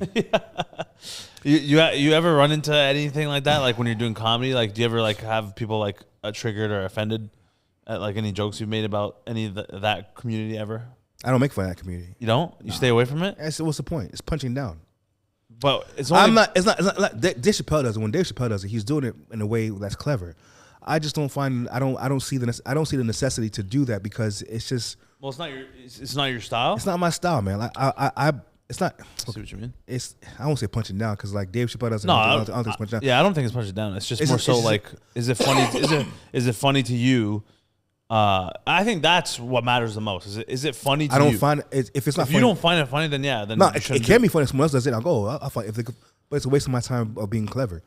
It's almost like everyone's talking about that. So what's the point of what's the point of doing that? But also, if that's why I'm saying like, if it's not like who you are on stage, it's not who I am. Then it's like it's not gonna translate anyway. It's not gonna translate exactly. It's just like what's the point of doing that? Those people are in a fucked up position of their own, and I'm black, so that's where I'm coming from. I like to make fun of people who are actually in charge of things. In a sense, the gay community here is they're in charge of shit. I think one of the I don't know why white gay people in power get a pass because they're gay. No, but they could be just as vindictive. 100. Well, just because you're fucking a different gender or sexual orientation doesn't make you any more special. If you're white and gay and you're in your position of power, and I've dealt with people in that position before, and let's just say they're not as nice as you think they are. Well, you know what it is? They get a pass because other people are so scared to say anything. Yeah. That's why they abuse the power. They abuse. After a while, they start to when people start to praise you so much, be like, "Oh, let's put on this community." Yeah. Then they start to abuse it. You know what I'm saying? Like, and it happens in different parts of the world too. The victims become the bullies. Bro. Exactly, because you know why? Because they've been the victim mentality for so long. They're like, "Oh, I finally have power. Yeah. Let me fucking use it on these people." Yeah. I think the whole process of today's, if you can become a victim, that's the new power. I'm gonna start identifying as trans, and then just start booking shit. But to answer your question, when you're saying, Tim, what was the question? Which made a lot of sense. Fuck. Like offending, triggering, or some shit. You want to know? You know what the beauty of that is? The people who are always offended are the ones who are so woke. Right? Yeah, I know. So, but that translates into them not being they can't come to me and get offended because they're afraid of being racist because I'm a black person. So they can't be offended. I know, that's true, yeah. So I can say the most fucked up shit and they just gotta take confused. it. They're like, exactly. Head explodes because they don't know how to take it. So funny. So I'm safe in that aspect. So that's so funny. That should be a bit, man. That should be a fucking. I joke about that. I go, I'm fucking, especially like to white feminists, extreme white feminists. Yeah, they can't say shit. I'm kryptonite to them. 100%. What the fuck can they tell me? What are you gonna tell me? That you know what I'm saying? And you're a woman and you're white. Shut the fuck up. Man, shut up, man. Shut the fuck up, man. And I'm not talking about regular feminism. I'm talking about like extreme white feminism. That shit's bullshit. Yeah. I think the true definition of feminism is actually a good thing. Mm-hmm. But we've lost the sense of what that is over the past decade. We didn't lose the sense of it. They lost the sense of it. Yeah, but they've also made it worse for real feminists, like women, who actually care about women shit. Let me ask you a question. You think feminists care about black women? Or women, they don't give a fuck. Probably not. I've seen this. They don't give a fuck. I actually never see black feminists as much. Because we're too busy being black. Right. Well, they're too busy with their real problems. Real problems. But the extreme feminists, that's just like it's all like their life is already so good. They try to come up with minor problems to fucking make them feel. It's like good this. About themselves. Black women, they're like fucking dark. They're like liquor. You know what I'm saying? There's a feeling there. But extreme white feminist is non-alcoholic beer. It looks like beer. It tastes like beer, but there's no fucking feeling with it. No soul. Nothing behind it. No soul, honey. Nah, man. They're full of shit, man. And I see them all the time, rampant in the comedy industry. Oh, man. don't get me started on the comedy industry. I don't fucking talk to them. I see them, I go, hey, what's up? I leave because they're just waiting for something. Sup? You say sup? I fucking straight I'm cordial. past them, bro. I see them. I look the other way because I don't even look in their direction. No, he was staring at me. Talk about? Yeah, they're just waiting to get offended. Bro. And they know who they are. No, 100%. You know what's funny? I dealt with this many times in the Toronto comedy scene back home. There was a surge of when the shit was started popping off, like you know, like major feminism and like trans and shit. They're trying to like Me Too stuff. I was doing comedy in the scene. It was like 2018 or so, 2019, and there's this one comic, and she was actually kind of or whatever the fuck, like transitioned to man. I think there's a girl turning a man, and they were actually pretty funny. Like whatever. I didn't think they're funny anyway, but anyway, they were getting booked like crazy because they're trans, right? That was the number one thing they were getting booked on, trans and then funny, which I think is like just a lunatic move. Yeah. People were praising this person so much. Oh, this person is great. Oh, they're fucking so funny. This is the best comedian in Canada right now. Fucking a week later, all these allegations come out. She's like, you know, sexually harassing all these women comics and other comics and like really like a dick, just a fucking asshole. And like inappropriately touching other people, like fucking whatever. Yeah. I'm like, of course this person is doing that. Of course. Because they get away with shit. Yeah. Because while they're at the top, they're like, oh, let me just get away with shit. Yeah. I can. It's like abusing their power. It's like male feminists. Even worse. They're the rapists. Why do you have to be so adamant? It's true. Why do you have to be so adamant about something that's natural? You should know to respect people, but when you go out and make a big deal about it, what the fuck? What are you hiding, bro? You're overcompensating. You're overcompensating. But yeah, we all know raping is wrong, but when you fucking make a big deal about it, like you did some raping, brother. What the fuck did you do? Like we all know, it's like Dr. Phil. Like, you know, Dr. Phil like he wants praise. You ever watch his show? He says the most. He says the regular shit and wants applause break. Well, you know what? Raping is wrong. Am I right? Yeah. And then he walks away. I hate that he acts like he has no problems, but in the end, when he walks off the show, he grabs his wife's hand like, "Bitch, y'all got problems too." Yeah, for sure. There's some domestic abuse happening. Yeah, I told you, bitch. I told you. There's nothing wrong with touching a woman in her underpants. Yeah. Okay, so what you're saying is, what you're saying is, yeah. Okay, well, rape is wrong. We'll be right back. Thank you very much. I'm gonna go touch some pussy.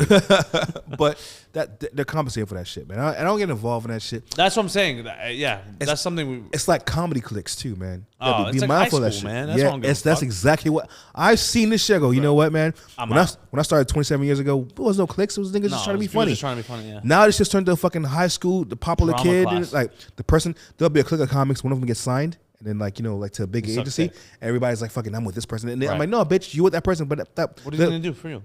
That person's not doing anything. Write a fucking joke, bro. That person's not even doing anything. Yeah. That's another thing, too. Yeah, they're not. is a lot of fake bullshit. Oh man, a lot of like people think. Okay, here's the problem I have with comedy in general as a whole.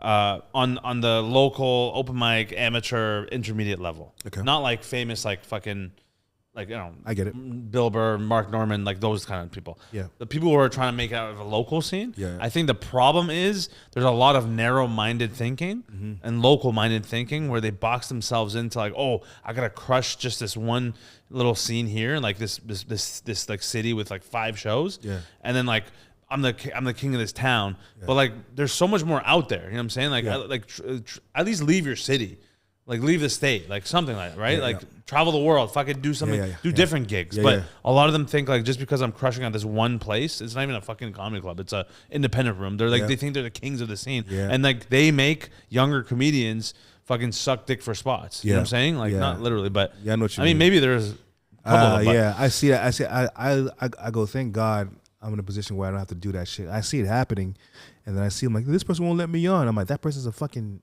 idiot. The worst person. I'll go there and go, yo, put me on, and if not, fuck you. Like, they have to know that this guy's burning bridges in 2 seconds. I'm not burning bridges. It's not a bridge. It's a fucking, hey, put me on. No, fuck you, bitch. Fuck you. Exactly, but they won't tell me no.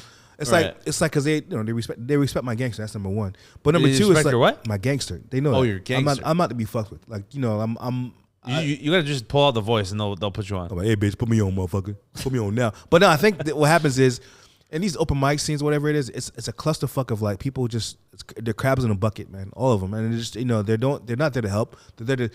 I know comics who do nothing but network, and I can't fuck with those comics because all they do is just fucking network. I get it. Are you talking to me or are you talking to who I can do for you? It's disgusting, but they do very well sometimes. But yeah, I don't do clicks on that shit, like because I tried that shit and it turns out it doesn't work, man. It's not working. Everything that I do, everything that I have created, is always like people are always welcome. Like for instance, like the Brunny, that's just been going on for 11 years. My room, everyone wants to do that room because it's an opening. Pretty good room. It's fucking. I did great it that room. one time. Yeah. It's a great environment. No, we're not doing all this clickety clackety shit. It's stupid, but I see all these clicks. But I think it's like right back into high school, and there's a popular kid, there's a kid no one wants, there's ostracized, there's a kid that fucking is known for this and that. The odd ones out. The odd ones, yeah. The fucking.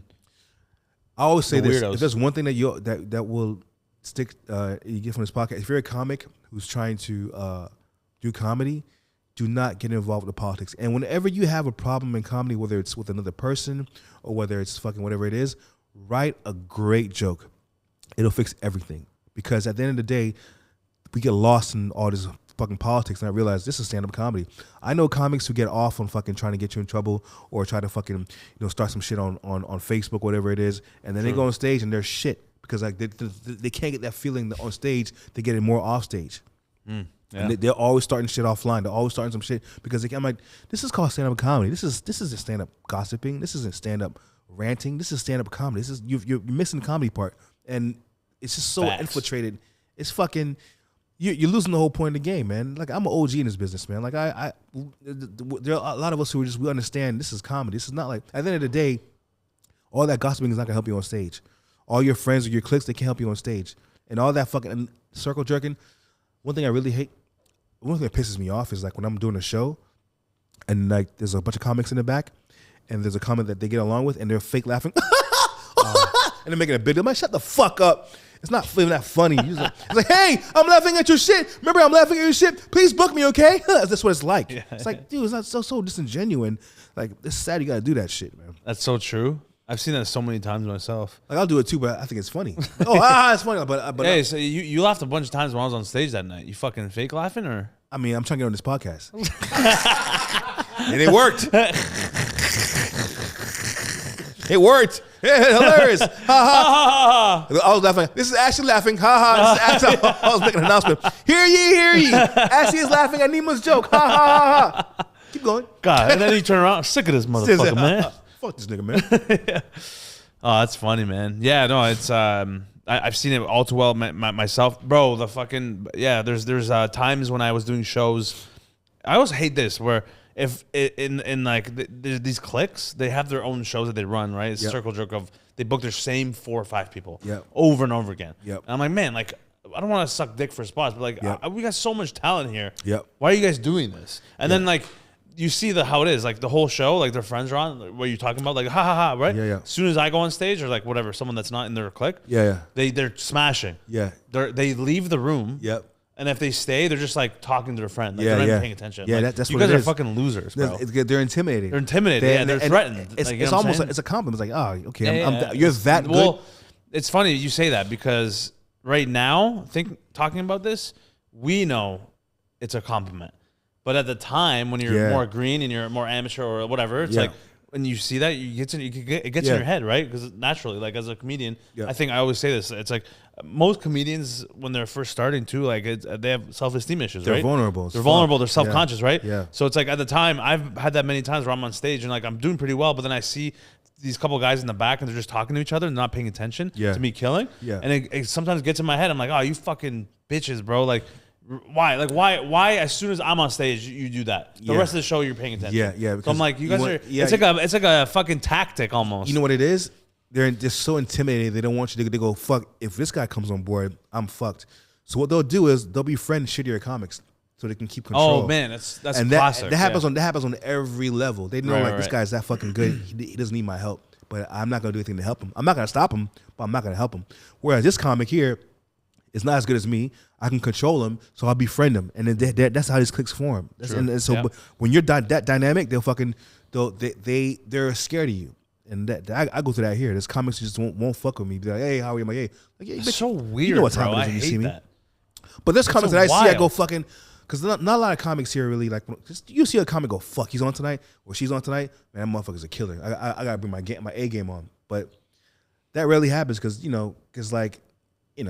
a lot of comics that go, oh, okay, they're on tonight, but like, you're great, but like you don't intimidate me. But some comics I'm like, yeah, that's.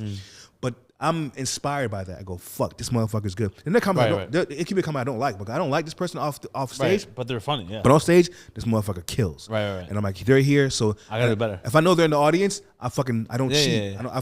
I do what I need to do because they keep me. Their presence is making me fucking a better comic or making me do what I'm supposed to do in the first place. Right. But that's rare. Yeah. But it's not. It's also not good to always do that. Oh no, because absolutely. then it's just like you're doing it for the wrong reasons, right? Yeah. It's like, but it's a little bit. We talk about like the dark energy of the 10% dark energy you have inside. Yeah. Where like for those people. Yeah. But like 90% of it is like because you're doing it yourself because you love doing it. Yeah. But that 10% is like, oh, I want to fucking show this motherfucker. Yeah. That, well, it's not show this motherfucker. It's like it's more like I don't want to fool myself through them because they know because you could do jokes and you can do certain things and it's easy and it's cheap and they get a big laugh. Yeah, it's true. When they come on there, these motherfuckers are methodical as fuck. I'm like, damn, that's a fucking great joke. Yeah, I know. That's a great joke, and it's just and sometimes it won't even get a laugh.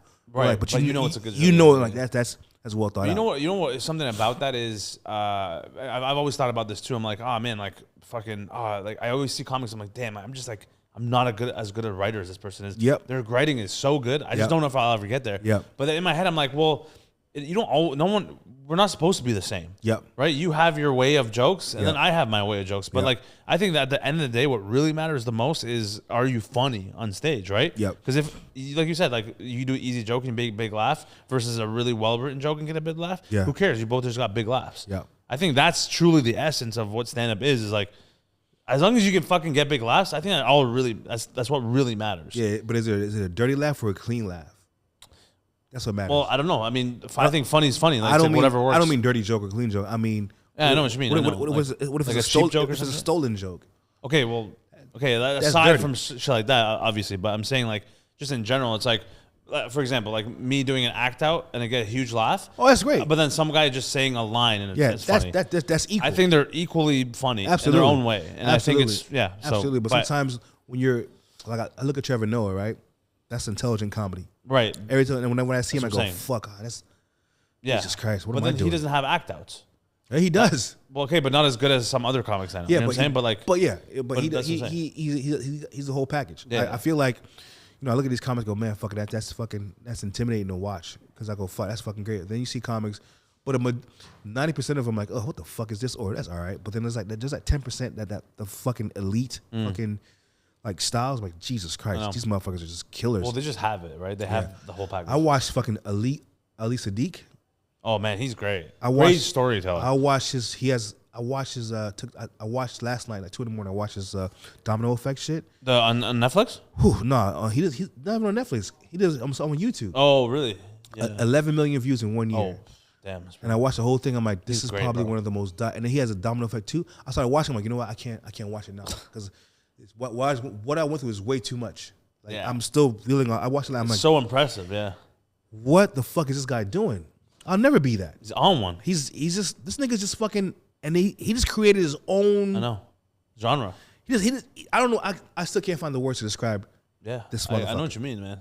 Not many people are doing what he's doing too, because his storytelling ability is fucking amazing. It's timing, and he calls back. It's just it's fucking wild. dope. But like that's what I'm saying. Like there's room for guys like that, and then guys who have one-liners. Yeah, But like you have to accept at some point that's just it is what it is. Yeah. Like you just have to keep going and like whatever. and then you watch Kevin Hart and go, "That's fun. That's funny." Right, but then a lot of people are like, "Oh, he's not that funny." But I'm like, well, "Are you fucking selling out stadiums all over the world? Exactly, Are that's you what it is. in movies all the time?" Yeah, right? that's It's like why- people talk shit. I'm like, "What are you doing?" Yeah, and That's what the other thing too. I fucking bothers me about the local comedy scene is like people fucking just like hating. I'm like, because they're bro, small-minded. that's what I'm saying. I'm It's like, what are just- you doing, bro? Yeah. You're doing the same 2 circuits. Yeah, yeah. So They're- what are you? they're What very are you small. talking about? Yeah, I've had comments come to me and like there's one comic I don't say his name, but he's like, I said something to him. He goes, "Yeah, I got more followers than you." I go, "Yeah, but That's the- fucking." He that's goes, the "Yeah, gayest shit He's you like, can ever do.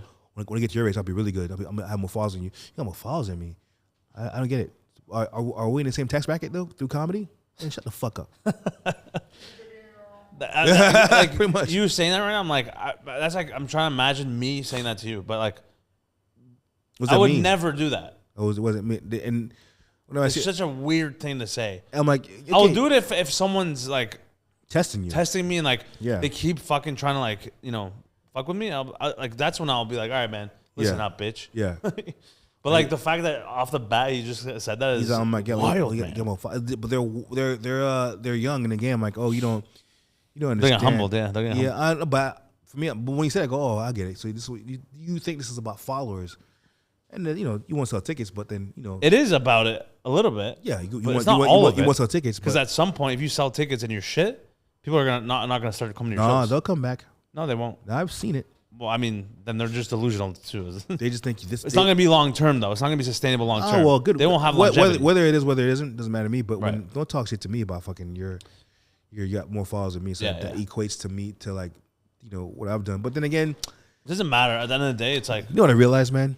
You know what stops me from hating a person? Imagining them in a coffin. imagine them in a coffee. Coffin. Oh, coffin. What do you mean? When people die, all of a sudden you have nothing bad to say about them. For Right? the most part, yeah. Imagine somebody you don't like right now. Now imagine going to their funeral and seeing them in a coffin. Was it worth it? Was it worth hating on them? Probably not. That's what stops me from fucking. Mm. That's what helps me forgive people, and that's pretty good. what stops me from fucking getting mad at people. I go, man, imagine that motherfucker. Imagine the coffin when the coffin's lowered, it's Lower. over. That's it. Right. And like this, and they're dying. Right. Now I feel like a dickhead for hating that person. That Right, motherfucker's right. dead. So I don't want that feeling anymore. Mm. So whenever I get really mad at somebody, I go, you know what? Picture them dead and picture them not only dead but in a coffin. How would you feel watching them in a coffin? Are you still feel if you have that same energy? If you could still have that same energy when someone's in a coffin in your mind, You're then fucked. by all means, fucking hate them. Because it could be possible. If someone raped my sister, right? I'll see him in a That's coffin. the- I'll enjoy that shit. You know what I'm saying? well, I'll fucking as rape him in the coffin. No, I'm just kidding. Fuck. That's like Qualia. Anyway, Yo, you good? fuck that nigga, yo. But yeah, Start snapping. that's what stops me from hating on people. That's or- a good way to see it. If I see a comic that I feel like, in the back of my mind, that's a shit comic and they're doing very well, I picture them in the street asking for money for food so they can eat. Would you rather see that or would you rather see them eat? I go, I'd rather see them eat. I don't want to feel sorry for them. I'd rather see them eat. Those are the tricks that I do because hater rate is a real thing, man. And we all have it, but we got to stop that shit immediately. We got to stop that brain we got to kill that wire that you're because the more you hate, that nerve, that neuroplasticity is fucking going stronger and stronger and stronger. And now you become a hater. So the way to stop that is to break up the thought and to make it weaker and then fucking think a different way. Because hating blocks your blessings, man. What? Blocks your blessings. Blocks your blessings. What do you mean? Like if you have some good energy, precedes good energy. Good energy. Oh, is right. what- Yeah, you're manifesting the wrong shit. So if you're upset at something, you're fucking fucking up that energy. Everything is Yeah, energy. yeah, yeah. bro. No, I agree. So I feel that. it's I'm hard though. spiritual like that Sometimes. too. Yeah. It's hard. It is tough. because sometimes you got to remind yourself. You have to. Yeah. You have to remember. That means you have to and member yourself. You know what I'm saying? To actually God damn to get back. That's what it is. This guy's spitting facts. Yeah, man. You got to remember shit. You have to. That's what it is, man. It's sometimes we get lost in that shit. You got to master that shit. Sometimes we'll learn something and we forget about it. We have to oh shit. That's what you lose your space. But forgetting serves a purpose. Forgetting serves a purpose for you to. It serves you to forget and to reload again, so you can you don't become complacent. Damn, bro. So at the end of the day, fuck white people. What? Fuck this guy, man. That's good, man. Honestly, though, that's some real shit. That's some real shit. I love talking about this shit, man. My brother and I always talk about this, like mental health and optimal health, like living that, right? Like we talk about that sometimes, and it's true, man. Like I myself realized recently too. What I realized is, one, when people judge you or they talk about you, whatever, it's easy to get in your head about it. And even up until recently, I had examples of me getting in my head about someone talking behind my back or saying something about me in my comedy or whatever it is. And then I found myself thinking about it for like 4 or 5 days. Yeah. I'm like, why the fuck am I thinking about this when like this person has nothing to do with my career? Yeah. Like I'm already come this long without them. Why the fuck am I worried about it now? Yeah, because it's you as being attacked, and you feel it. No one else does. Yeah, I get that. Exactly, right. But the difference is now is like, well, and the thing is, I knew this before, but it's as a human being, sometimes you just kind of like forget, right? Yeah. And you just let it get to you. Yeah. That's why it's important to have the right people around you to fucking like help you see it differently. Yeah, and yet it goes back to you have to remember yourself. Yeah. You have to get back. Yep. And that's the thing too. Here's the thing that stops me from doing that. Sometimes someone will say something shitty about me, right? And I'll let it fuck with me. And I realize, does that person think about me 24 hours a day? Does that person even give a fuck about me? No. So they're just spitting some fact, and then they go and live their lovely life, and I'm fucking eating that shit up. That's the equivalent of them walking to me, taking a shit, and I go, and they leave, like, oh, let me just eat this shit right now and put it in my system. Like, that's what it is. You're gonna eat shit, my man. It's my perspective. Okay? The shit, blueberries in it. But bro, like, if you don't fucking blueberries in the shit, bro, like... You're fucked. Yeah, and that's what it is, man. Yeah, no, it's true. People are gonna talk shit. It just hurts when it's somebody you thought that you admire and you thought that you got along with. That's different. That's different. That hurts. I feel like more okay. It's like you should actually think about that. But if it's randoms, even if it's somebody you admire, then the truth is, if somebody says shit behind your back, that's exactly where they belong, behind your back. Damn. You don't have the fucking time to say it in your face. I like that. Yeah. Another one. Yeah. He's speaking facts. But you gotta protect your energy though, man. You know what I'm saying? Like what's to say? Go where you're celebrated, not where you're tolerated. Oh my God, bro. You know what I'm saying? Preach. That's God damn. You gotta protect your energy, man. Take me to church. Yeah. That's what it is, bro. No, I don't. But yeah. Oh, fuck. Take me to church. It's by Hosier. He's an artist. Hosier. You never heard the song? Is it a Christian song? No, he's not. he's actually Scottish. Is he? He's black. Yeah. Oh yeah. That's true. Yeah, you probably won't listen to music. It's like I hate when a white person knows the rap lyrics more than I do. That shit bothers me, yo. And it's like an unwritten competition. Like, I'm like, yeah, fuck yeah. Let me out the car, man. I can't do this shit. The car, man. That shit bothers the fuck out of me when a white person knows rap songs more than me. Hey man, it's okay. Hey man, shut the fuck up, man. Stop singing that shit. Sing Eminem, bitch. Busta Rhymes is my nigga. Yeah, man. So he's right though. It's it's easy to let it occupy your mind, but the key is to realize what we've learned is that from Gary Vee, literally. I'm not even trying to joke around, but he talks about like those people just don't have context on your life. Yeah. So that's why they're just gonna say whatever, but they don't know what I'm doing. It's like I was telling him the other day. I was like, we were on the beach, and my shirt was off, right? Fucking naturally. And first of all, in Australia, the fattest motherfucker around. There's no fat people. It's crazy. Even the gyms I go to, bro, I'm like the biggest guy everywhere. Yeah. In a way, it's motivating though, because I'm like, okay, like it gave me a really big perspective coming from Canada, because Canada has way more fat people. Of course. Kind of like U.S., man. Honestly, it's gotten way worse. And I'm like, okay, I'm not that fat. There's some people bigger than me. I come here, I'm noticeably one of the biggest people in the room everywhere I go. Okay. So it's actually a good thing, because I'm like, I take it as, oh man, like I have shit to work on. Like I got to get more fit, right? We're on the beach. I take my shirt off. I told him, I was like, yo, if you think about it, it's like, doesn't matter where I am in my life right now. all the shit I'm doing to work on my health, my diet, my fitness, my mental, meditate, fucking write shit down, grind in the comedy, go to the gym every day, eat well, right? Take care of supplements and stuff like that. I look like this right now. If pretty much 99% of the people who don't know me, everyone who doesn't know me on this beach right now will see me with my shirt off. They'll just look at me and think, oh, look at this fat guy. Mm-hmm. But they have no idea the context of my life. Mm-hmm. I do because I'm living it, right? They think, oh, this guy just let himself go. Right. But they don't know I've lost fucking almost 100 pounds in the past year or whatever. Mm-hmm. So that is the same thing as when people make comments. I'm like, it's a small portion of like fucking... They're missing 99% of the whole context of what I'm doing in my own life. Yeah, so it's like, why do you even care, right? And the things that they don't care either. Well, that's what I'm saying. So why do you care so much? But they actually don't give a fuck as much as you think they do. No, no one gives a fuck about you but yourself. And but you're right. But the things that the amount of time they spent saying that is the amount of time you should spend thinking about that. If it takes them 10 seconds to say that sentence, then you think about it for 10 seconds, let it go.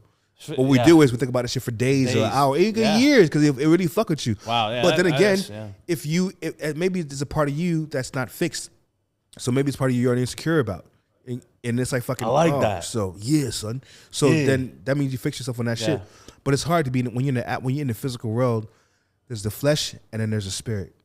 Sometimes we're thinking with our flesh, meaning our mind, and then sometimes we're thinking with our spirit. But we know the way I do is you gotta think of yourself in the highest version of yourself. What would the highest version of yourself do? Sometimes what I do is I put myself out of my body. I go, let's say it's how would Denzel deal with this shit? You know what I'm saying? And I'm like, fucking, he would do this shit. So then I'll do the same thing too. True. The only thing is I can't do it because I'm me. But I'm like, but wait a minute, yes, I can do it. So fucking, you gotta think the highest version of yourself is how you should deal with something. That's the true answer. That's when you reach all the level of consciousness to go, how would I deal with this shit? Now, you know that, but then sometimes it's hard to get there. But even knowing that, that's an accomplishment. Because, okay, I know where to go. I know how to fix this, but I'm too busy. We love drama. Humans love drama. We feel something with drama. So even when the drama's on ourselves, we love that shit. We dig ourselves out of that drama and deal with it in the high. So shut the fuck up. If someone says, hey man, you're a bitch or whatever, now I have a decision to make. Do I attack them? Or what was the highest version of myself do? The highest version of myself would just keep moving and not give a fuck about that. That's the ultimate thing to do. Now, getting there is a problem. Sometimes I can get there really quick, depending on the situation. If a homeless person called me a bitch, I'm like, I can find my highest self really quick. Right. But if a person who's booking me calls me a bitch, I know how to get there. I know what the answer is, but it's hard now. It's harder. So you attach meaning to each exactly, person, exactly, right? On a different scale. But the thing is to not attach any meaning to anybody at all but yourself, because the way you feel about yourself is the truth. You're gonna die one day. We're all dying. So why does it matter about any of this shit? If you really think about it, we're all dying, man. So when the casket gets lowered, bro, it's like, I wish I could see myself when I'm dying, go to myself, fucking, dude, was it worth it? Getting upset for that reason? Was it because you're going to die? It's like, you're here to experience life. That's what life is about. Your soul is here to experience something. That's what it is. So in that experience, you choose your experiences. So other things that come in, other people talking shit, that's the experience that you choose is there for a reason. Like, things don't happen to you, they happen for you, right? So fucking, how is that going to fucking affect you? But it's as easy as it sounds, it's hard to do. And that's what I acknowledge. I acknowledge that it's hard to get there sometimes. It's hard, but I know what the answer is. But sometimes I don't want to go through the answer. It's like turbulence. You know what I'm saying? You know where the smooth air is, but fuck, I don't go through that fucking, I don't want to follow that cloud. And fuck clouds. Because every time I go through a cloud, fuck, they're all nice and soft and fluffy, like they'll be your friends. But go through a motherfucker, like, they're bullies. You're like, well, here he come. Every time I say come on, fuck, here we go. Yeah. And I'm like, I hate that shit, bro. And sometimes it's so deceiving. That's what it is. So it's like people. They look like fucking like cotton candy, but it's just fucking devil. It's rocks, dude. But anyway, that's the secret, man. We all know the answers, but the thing is that getting to the answers is a problem. And but knowing the answer is a huge accomplishment, man. Like it's that's what. So like even when we leave here tonight, I'm there's people like sometimes I'll be in my room, the Brunny.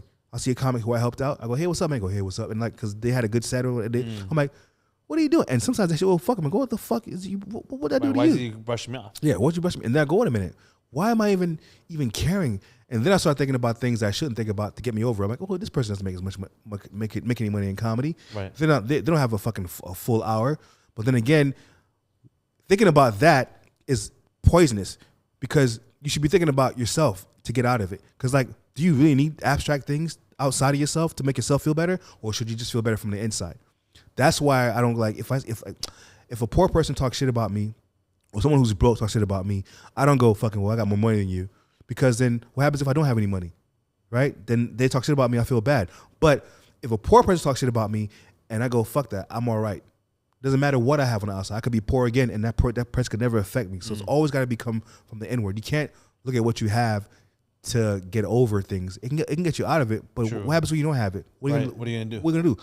Look at yourself. Yeah, go from within. Exactly. That's what the answer is. It's so mind-boggling how we have to be within ourselves to get out of ourselves. It's like a fucking. You have to be like a bubble. You have to have this layer of protection around you, and things just deflect off you. And then also too, the energy that you bring, you match it.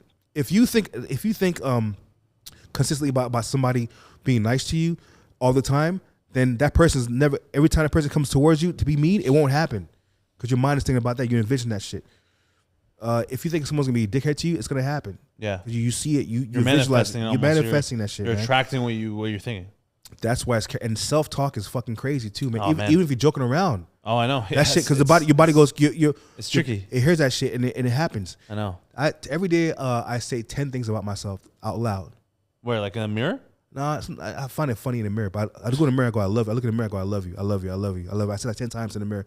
And you do that in the mirror? Yeah, I do it in the mirror. Every single morning? I just started doing that in the morning, but I do it in the day. Throughout the day? I could forget to do it. Oh. But I have 10 things about myself. I say I'm funny. Jokes come easy to me. And I say I am a diabolical presence on stage. I am clever. I say all that shit loud. Because what happens is your body starts picking up on that shit, and you trick your mind, and then shit starts happening. I learned that from this guy I follow. I forgot, Eric something. This black dude, man. He's fucking dope as shit. He's what is he, like a mental health guy, or? No, I don't know what he is, entrepreneur? man. He's but he just, I forgot his name. Eric something, man. This black dude. He talks about the tablets and all this weird shit. Tablets, like health? Like, no, like fucking like the Egyptian tablets. I forgot his name. Eric something. Oh, I don't know. Anyway, but he's fucking dope. Anyway, so at the end of the day, man, mentally, you can't let people fuck with you. Mentally, but they're there for a reason. Learn something from them. So I think everything's a learning experience. It is. Yeah. And it's a great, and I think it's like bombing. Bombing is a great experience. It's bombing a great, is euphorically shit experience. Oh, absolutely. But bombing is better than killing. Why? Because when you're killing, you haven't learned anything. You killed, unless you get, I'm talking about like not paid shows. I'm talking about like when you're working out material. Well, yeah, like open mics and whatever. Yeah. Bombing is great because you come back so much stronger when you bomb. It's true. When you kill, you had a great set, you feel good, but that shit wears off. And then now you like comparing yourself to your last show. Now you've won this fucking, you're digging yourself a fucking these holes. But when you bomb, you got nothing to lose. Go back in there and get used to it. So bombing is a blessing. It is. It's only if you don't learn from it, then it's a waste. Exactly. But I don't know what it's like. You know what it's like, huh? You learn a lot. Aren't you Persian? Don't you guys bomb too? Is that in your DNA? Yeah, actually, yeah, man. As a matter of fact, that's your intro song. Thank you very much. How you guys Thanks, doing? man. My name's NeemaNaz. Yeah, no, I agree, man. Fucking, that's why we came to Australia, man. I was like, bro, I want to get on stage as much as possible because I'm working on my new hour too. You're intimidating them. You notice that, right? You're what? You're intimidating them. Who? Thought the low-level comics here. Why? You know why. You experienced it. We're not going to mention the place, but you experienced it with those people. Oh, yeah. But like, I mean, that's natural. But like, I haven't even fucking done anything yet. Like, I did a lot when I was in Perth, but in Melbourne specifically, I haven't really been on stage as much. Just that one time at the Berkey, and that was a fun one. But like, I find it strange you're getting a lot more spots outside the Melbourne. Well, it was because of the festival circuit. That's why it's different. You got Sydney. There's no festival there. Yeah, I guess. I mean, you got Adelaide. Adelaide's a festival. But Sydney's not a festival. Sydney's just like regular shows. Yeah. Well, I mean, it just worked out because I was doing my own show there anyway, and you knew the bookers in Sydney, so it was easier. But that's right. I hear that. I helped out Neema, so if he makes it, this nigga owes me. Follow Ashley Fils-Aime on Instagram. Ash the Comic Warner. I need 20 more followers to hit 4,000. I need 20 more followers to hit 4,000. That's actually one more thing I want to bring up is how do you because you came up with in comedy before all this social media shit. Yeah. So like, how has it been for you? Like, how do you feel about people using their platforms in, obviously in the right way to do their own shows, or just in general, how you feel about how it's changed comedy? I'm jealous and I'm grateful at the same time. You're jealous and grateful at the same time? Yes. Why? I'm grateful because I had to be funny to get to where I am. Yeah. I had to be funny. I'm jealous because the people who have a platform aren't that funny usually, but they have a huge platform and they can sell tickets. Yeah. But I'd rather be the funniest on stage, or not the funniest person, but I'd rather be crazy funny on stage than be in a room where I have to, the comics next to me are funnier than me and the people are looking at them more than looking at me because I have a fucking, right. What I'm missing is the followers, right. But all the talent is there. Right. But the followers are coming, especially after this podcast, yeah. Oh, yeah. You can be famous after this podcast. Have you heard of Keith Lee? Yeah. The Keith Lee effect. You're the Keith Lee effect. I'm gonna get a whole bunch of followers. Yeah, that's a lot of pressure, dude. Because I'm nowhere close to Keith Lee. But I'm hoping you have the Keith Lee effect on me. I don't think so, brother. I'm Ashley Fils-Aime comedy show. I got it. I tried. Let's rate it 1 to 10. But boom. Yeah, but it's fucking. But I feel like look good for them, man. We didn't have that, but I also feel sorry for them too. Why? Because you think it's harder to... Because they're in a world where they're trying to get... famous? In comedy, when you first start out, no matter who you are, you think getting fame is how to do comedy. You think that. Getting fame is comedy. It's stand-up comedy. You think getting famous. So when I was young, I was trying to get on television immediately. I didn't even have 5 minutes yet. I was just trying to get famous, but I was still doing comedy. But the thing is, back then, you had to get on television. It was a process. Right, to get there. So you just kept working your act. Where all today, it's instant. I know. So now you can get famous as quick as fuck, and then you lose the artistry of it all because you're too busy getting all these followers, and you're then like fucking okay doing all these little things. You getting all these little, and then all of a sudden you've gotten this huge fame and no talent. But you're getting by, right? But you're not like, but you're not really potent. skilled at the craft. You're watered down, right? Yeah. So I would have been that. That would have been me. So I'm happy. True. I'm grateful that I came up when there was no internet. I'm grateful where you had to be funny to get your rocks off. I'm grateful that I'm black and they make it harder for me to get stage time in America. Yeah. So it's a blessing in disguise. It's the equivalent of a spoiled child who's let go of their parents, has to go out in the world on themselves, versus a child who always had to take care of his family and go in the world. Who's going to survive? You know what I'm saying? Former, yeah. The spoiled child has to learn these things he should know. But I suffer from that too. Cause when I was with Pablo, I was spoiled. When I got with Pablo, for 11 years, I didn't have to worry about booking gigs at all. That's because I was in a different city every week, sometimes a different country. I toured like 17 countries with him. So like, that's wild. For 11 years, I thought this was comedy. Then when I let go of him and I came over here, I'm like, festivals, I gotta book my own shows. What? I fucking became that spoiled child in an environment. The only thing that saved me was my ability to be funny and the fact that I had the little nuances of, being.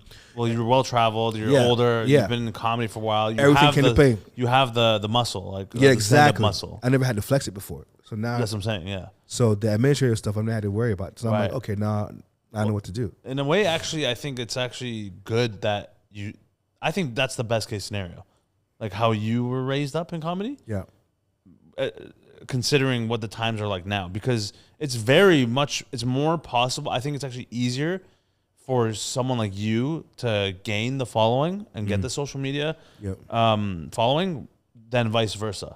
Like I see it going way more well for you than someone who starts off and they're like crushing social media and then they go into stand up. It happens. It's way harder that way. because you can't fool stand up. You can't fool it. Yeah, exactly. And like I'm lucky in a way because like I kind of like had both at the same time. But you're a real stand-up though. But like I started doing stand-up. Like at the same time I was doing YouTube. Yeah. So I was like doing both at the same time. Yeah. But at the same time, because I was also doing content this whole time. Yeah. I might be weaker in stand-up because I didn't put 100% of the stand-up. That's what I was doing like 50-50, but like more stand-up than content. Yeah. But you know what I mean? Like, but I'm not coming from a point of view of like I know guys who are like way more followers than I do, and then they're just starting to do stand up shows now. I'm like, you're fucked. Yeah. There's no. It's gonna take you a while. Because you can't fake that. You can't fake that, and that's the thing too. Like let's look at Neil Cohatter for instance. Neil. Oh yeah. He's actually one of the few comics that I've seen that he's actually a comic. Right. And has a huge following. Right. But he's a real comic. Right. He's a comic first. Like he's a comic first. Right. But even though he started when he was younger, he started off when he was younger on YouTube, whatever. Yeah. When he got into comedy, you know what I'm saying? he just became he took it seriously. Right. He took it, and he's sort of the few ones that I've seen that like fuck this guy's It's actually rare. he's the real deal comedian and he's the real deal online presence. That's what you want to have. Yeah, exactly. He's got both checks both boxes very well. That's the best. He's not he's not lacking from anything. And I kind of admire that because if I'm writing content, it's taken away from me writing jokes. If I'm writing jokes, I'm taking away from content. Yep. Can't do both at the same time. You can do it, but it's not your One's full suffer. effort. Yeah. It's not one is either 70, one's 30%. I'd rather go 100% my comedy, and then if something happens with my online presence, that's like it's almost like a bonus. I had like 400 followers on TikTok, and then my manager goes, "Yeah, put out content." I'm like, So I took my special, chopped it up, and then I got viral. I went from 400 to 10,000 in like 2 days, and then I got another 6,000 after that. That's all right, But and then my manager goes, "Oh, I'm surprised. It's just off your comedy." I'm like, "Yeah, that's what I am. I'm a comedian. That's my content. I don't have time to be writing skits, even though we're gonna do some. But like, that's we're fun. not doing it anymore. Sorry, man. No content? No more content, my man. I got blueberries. Will that help? I'll pay you blueberries. But yeah, so content, stand-up comedy, they're both writing. You know what I'm saying? Yeah, I know. Your mind is only can do only so much. Yeah. Even on Quellia, you guys should get sponsored by them. Yo, shout out Quellia, bro. Listen, if you guys are watching this, which yeah, man. If you're watching, hey, man, we love Quellia. No, don't say that shit. What did they pay you? Huh? Q, you know who you are. Q. This guy's on first name. Yeah, Quellia. For people who are watching this, Quellia is I don't know. Yeah. Quellia is a nootropic, which means it helps you focus and zone in when you're doing a certain task, like a writing session or a podcast session, or for us who are stand-up comedians on stage. You don't even realize it, but like it hits you in the middle of your set, and you're like, "Oh fuck, I'm on a roll right now." Here we go. Like you're just more sharp. That's the whole point of the worst thing you can do is hit you when you get the light. You know the light. What? The light. For those who don't know, let's say you're doing 10 minutes, and they give you a light when you have 2 minutes left. I know. And the 8 minutes and fucking, here it is, and then book the light. Oh, fuck that light. Shit, man. I'm sticky feet tonight, niggas. It's called sticky feet. Yeah. No, that's why how do you feel about actually the light? Like comics who like run the light, like do you think it matters? Do you think it matters? They are the worst pieces of shit in life. It has to matter. You run a light? Are you a light runner? I've done it. I'm not gonna lie. I've done it a couple times, but like on purpose? No, obviously not. That's the thing. It's happened at one time. Actually, when we were in Edmonton last year, Edmonton, Canada, we did this outdoor festival. I was headlining the show, and I did 30 minutes. Right? It was like 30 minutes, 25, 30. Bro, that was one of the biggest mistakes I've ever made in my career. I went on stage and I started doing my material, and I was busy like doing crowd work. I felt like it was going well. Right? I was just feeling it. And then I was supposed to get off. I was supposed to get the first light at like 25 minutes to wrap it up by 30. Mm-hmm. I somehow missed the light until like this is afterwards. I found out I missed the light until I was like 47. Whoa! Minutes in. Yeah. So you kept going until you were 40. I thought that was the first light. How long did you do? I was like 52. Oh my God. Yeah, I know. What happened afterwards? It was the biggest fuck up of my career for sure. At least at the time, I felt terrible. When I came off stage, I was like, I think him or like someone else, the other comic was like, yo, bro, like you fucking went so long. I was like, what do you mean? How long did I go? And then they're like 52 or 53. I'm like, I feel like punching you now, dude. Fuck. I know.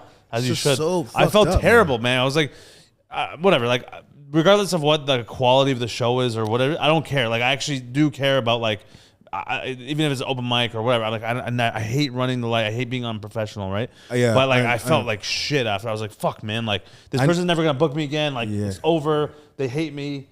And I hate you right now. Yeah, I know. I hated myself. And I was like, for a few hours after, I was like fucking just like so bummed out because I was like, man, how did I miss the light? It happens.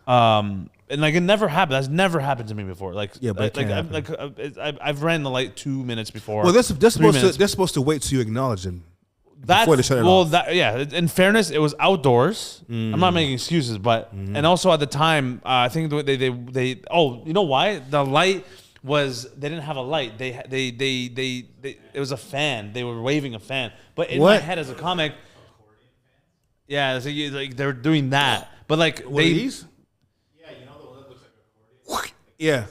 It float, Yeah, they can like fold it. the Yeah, Japanese looking one. yeah. So at the beginning of the show, they preface that they're gonna light me like that. But in my head as a comic, right? As a comic, you're used to seeing a light. Yeah. Like that's the light. Yeah. Not a fucking fan waving. Yeah. So that's why I didn't register. Yeah. And that's why. So part of me, I feel like it's obviously still my fault, but that's the reason. That's one of the reasons why. That's the worst. Well, I know comics who, and I know two particular comics who, they always run the fucking line. When I'm like, oh, if I'm on stage with this motherfucker, oh fuck. They always I hate it, bro. I hate it. And they're the worst MCs because between each act, they fucking do 20 minutes. MC, yeah. I'm like, this is you don't understand energy expenditure, do you? It's like the crowd only has so much time. That's what I'm saying. You know what I'm saying? So I've had that happen with a comic. I was working all week. I go, listen, tomorrow night, you better not pull this shit again. Tomorrow night, you bring me right on. He goes, okay, I gotta get cool. So I'm like, you gotta tell him, yo. And you run the lifestyle. No, he didn't. Because the thing is that fucking two things I don't fuck around with is when you're next to me on an airplane, or if you go over the time and not have the headline. Next to you on an airplane? If you're next to me on an airplane, you better be in your best fucking behavior. What do you mean? Like, what's I don't want you moving weird. I don't want you coughing. Don't move. Then don't be watching movies about planes crashing next to me either. That's crazy. One time that shit happened to me. It was a Denzel movie, right? We're taking off. And it was a scene. He's on his fucking laptop or iPad. It's a scene where in Denzel and like we're taking off. I'm like, what are you doing? That's what I told him. He goes, relax. Really? Yeah. Jetstar flight. I mean, this nigga's watching. I'm like, how are you so? We're taking off right now, and I'm looking at the screen, and it's Denzel's fucking with the fucking tree. I'm like, what are you doing? Just bread out. He goes, oh fuck, I'm sorry, man. I couldn't. You were tripping. I can't stand that shit, dude. I can't. My life is in danger when you're fucking with me like That's that. hilarious. And they're not in danger. When a motherfucker gets up to go, like they're looking for shit, and I'm like, what are you Sit looking your for? ass down. Get your bitch ass down. You gotta go to the bathroom. Hold that shit. I never use the toilet in the bathroom. I rarely ever do it. Ever. I've never done that shit. I've only never? done it before. What do you mean before? Oh, like before the flight. Yeah. Nigga, I've done so many flights, long haul flights, even the pee doesn't even register in my mind to get up. I don't pee. I don't shit. I don't walk around. It says I never shit in the toilet in public. But I've never peed in the fucking. What? I've never ever peed on a flight, and I've flown for years. And that's right. Even on long flights, like 14 hours. 17, fucking 14. What? Nope. How's that possible? Nope. Okay, maybe one time I think I did when we getting ready to land. I'm like, okay, we're getting ready to land. We made it. And I was coming from America to Australia. I remember that one specifically because I was like, oh, that's what it's like. Oh, yeah, that's a long one, yeah. I've never, ever... Okay, yeah. I hardly ever. I just don't. Right. It isn't. Okay, every other week. I sit in the window for a reason. Right. People hate the window because you get up and shit. I go get up during the flight. What the fuck's wrong with you? Yeah, I have everything ready to go, man. Right. I don't fucking do that. So shit. you actually prepare for not going to the washroom then? Yeah, I pee, bathroom, and I bring in all my stuff all the stuff that I need, like my battery, and my fucking charger, right. Everything I have on me, and I put everything up. I don't need to ever go up there again. I hate when people get up and I'm like, what are you searching for, man? You're gonna fucking throw this shit off balance, bro. Like you open this shit, right. And if a baby's doing this shit, I'm like, hey, fucking, this thing has a balance, motherfucker. Like, or the baby's walking up and I'm like, oh, that shit shits me. I'm like, what the fuck are you doing, that baby? Like, I'm like, man, I'm jealous that baby has no idea the danger that we're in right now. Doesn't give a fuck. Literally, so ignorant. And the baby's screaming, yeah. I'm like, that's what you hear when the plane's going down. I'm like, oh shut the fuck up. Yo, this guy's hallucinating, bro. I'm the worst person to fly around. Yeah, I would never want to. You know who the worst person? You know Joe White, right? Yeah. One time, he just happened to be on the same flight as me. No. And he goes, oh, fuck, what's up, bro? Because he was coming from America. I go, oh, shit. Yeah. So we're going to Sydney, right? He goes, I'm in the back. Come say hi to me. I go, okay, cool. I say to my friends in the back. So he goes, cool, when we take off, you can go sit with him. So I go sit with him, right? And I made the huge mistake. I'm like, fuck him, I'm scared of flying. He goes, you are? Oh, my God, He's like, oh, the whole, I'm like, shut the fuck. Yo, chill, bro. I'm like, yo, you don't think you're kidding me? He's like laughing. Yeah, he's like, we're going to die. Menace. Like, oh, my gosh. I don't care. He's the worst for that. Yo, he did that shit to me in a different way. Bro, let me tell you this.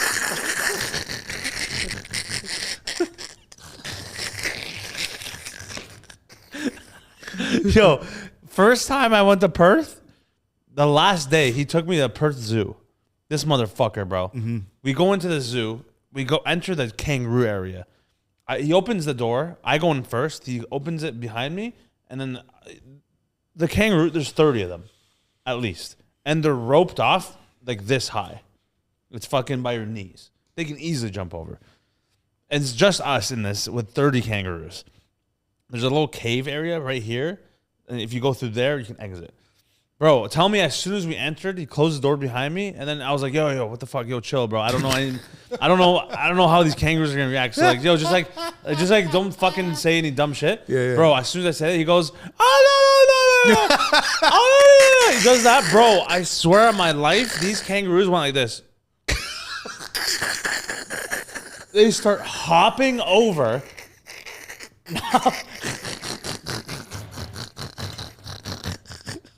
How close did it get? Bro, I immediately sprinted into this little cave area because they were getting close. I'm like, I'm not fucking fighting this kangaroo. I'm not getting jumped. Like, I'm not dying by getting jumped by kangaroos. Yeah. I go in this little cave. He's like, man, like, relax. It's not that big a deal. Yeah. I'm like, you fucking piece of shit. He doesn't give a Why shit, are you man. instigating everything? Yeah, because I get what he's doing. Well, he but comes like, from, the slums, and is his words. He slept in mud before. Yeah, I'm just saying. He still is. He's gonna be on this podcast. We'll talk about it. Yeah, Joe. He's still sleeping. Still lives in the mud. Yeah, but anyway, fucking, he just does that shit. Yeah, he's just an instigator. He's too confident with the world around him. Yeah, that's what I don't like. Yeah, he's like, all right, dude, we need to fucking. You're not scared of nothing, nigga. we need to find out what he's scared of and fuck with it. We gotta have some boundaries. Yeah, we gotta find out what he's scared of and fucking surround him. So we gotta find out what he's afraid of. Yeah, I think he's scared of a hairline. But he's not even here. You should just have one session where just like edit all the laughs. And so one, It'll be a compilation. And then you have someone on the split screen, someone whapping. Where's his eye coming from? Is it this? Oh, that's fucking funny, man. All right, well, I guess we'll wrap it up here. I have one. I don't know. I feel like it's my second episode, but thank you for everyone who's watching so far. By the way, appreciate you guys coming this far. Thank you.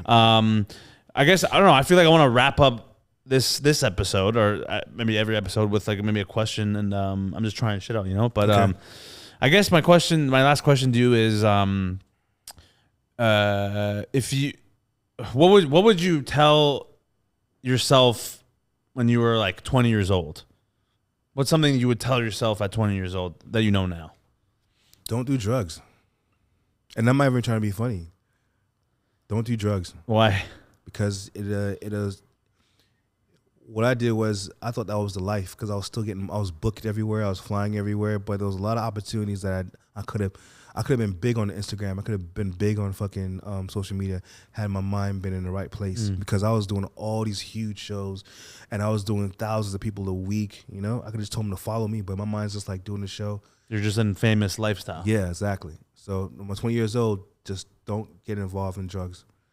That's what I would say, man. And you're saying this more so in the lens of comedians starting out, or just in general? Yeah, because that's to me, right? For me, true. Yeah. But if it was to be in more in general, I'd say don't listen to people who don't understand your vision. Because like if I was on that shit, my family used to make fun of me when I was doing comedy at 18. Now they're my biggest fans, but I didn't care because they didn't see the vision that I had. Right. You know what I'm saying? It's like fair. You can't expect people to just to see what you see. If everybody saw what you saw, it wouldn't be fun. It'd all be like, and when it happens, you go, yeah, there's no experience with that shit. True. And I also say, yeah, don't do drugs. Don't listen to anybody else, and stay away from politics of the business, not politics, whatever. Oh, like politics and comedy. Well, actually, this goes for any industry. Yeah. Stay away from politics. Stay away from the cliques. Once you start talking shit about people in public, you just give them license to talk shit about you. If you need anything, just nod your head and agree. Unless you're really close to that motherfucker, then you can get shit off your chest. I get that. Yeah. But in the general aspect of it, don't say anything. Don't get involved of shitting on somebody, even if you hate that person when other people shit on them. Because stay out of that shit. Stay away from it, man. All right. And fuck white people.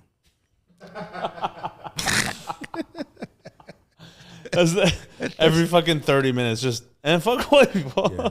I mean, controversy sells. So. Hey, it's true. I'm gonna put that as a title. Ashley Fils-Aime says, "Fuck white people." Yeah.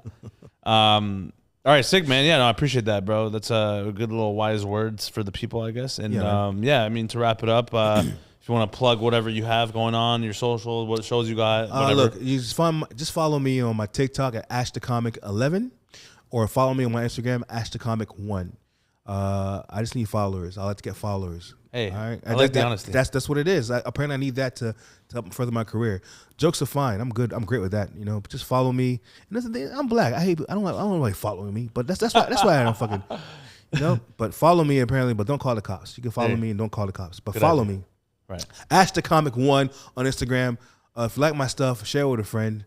If you don't like my stuff, share it with a friend because your friend might like it because you don't have taste because you probably have COVID.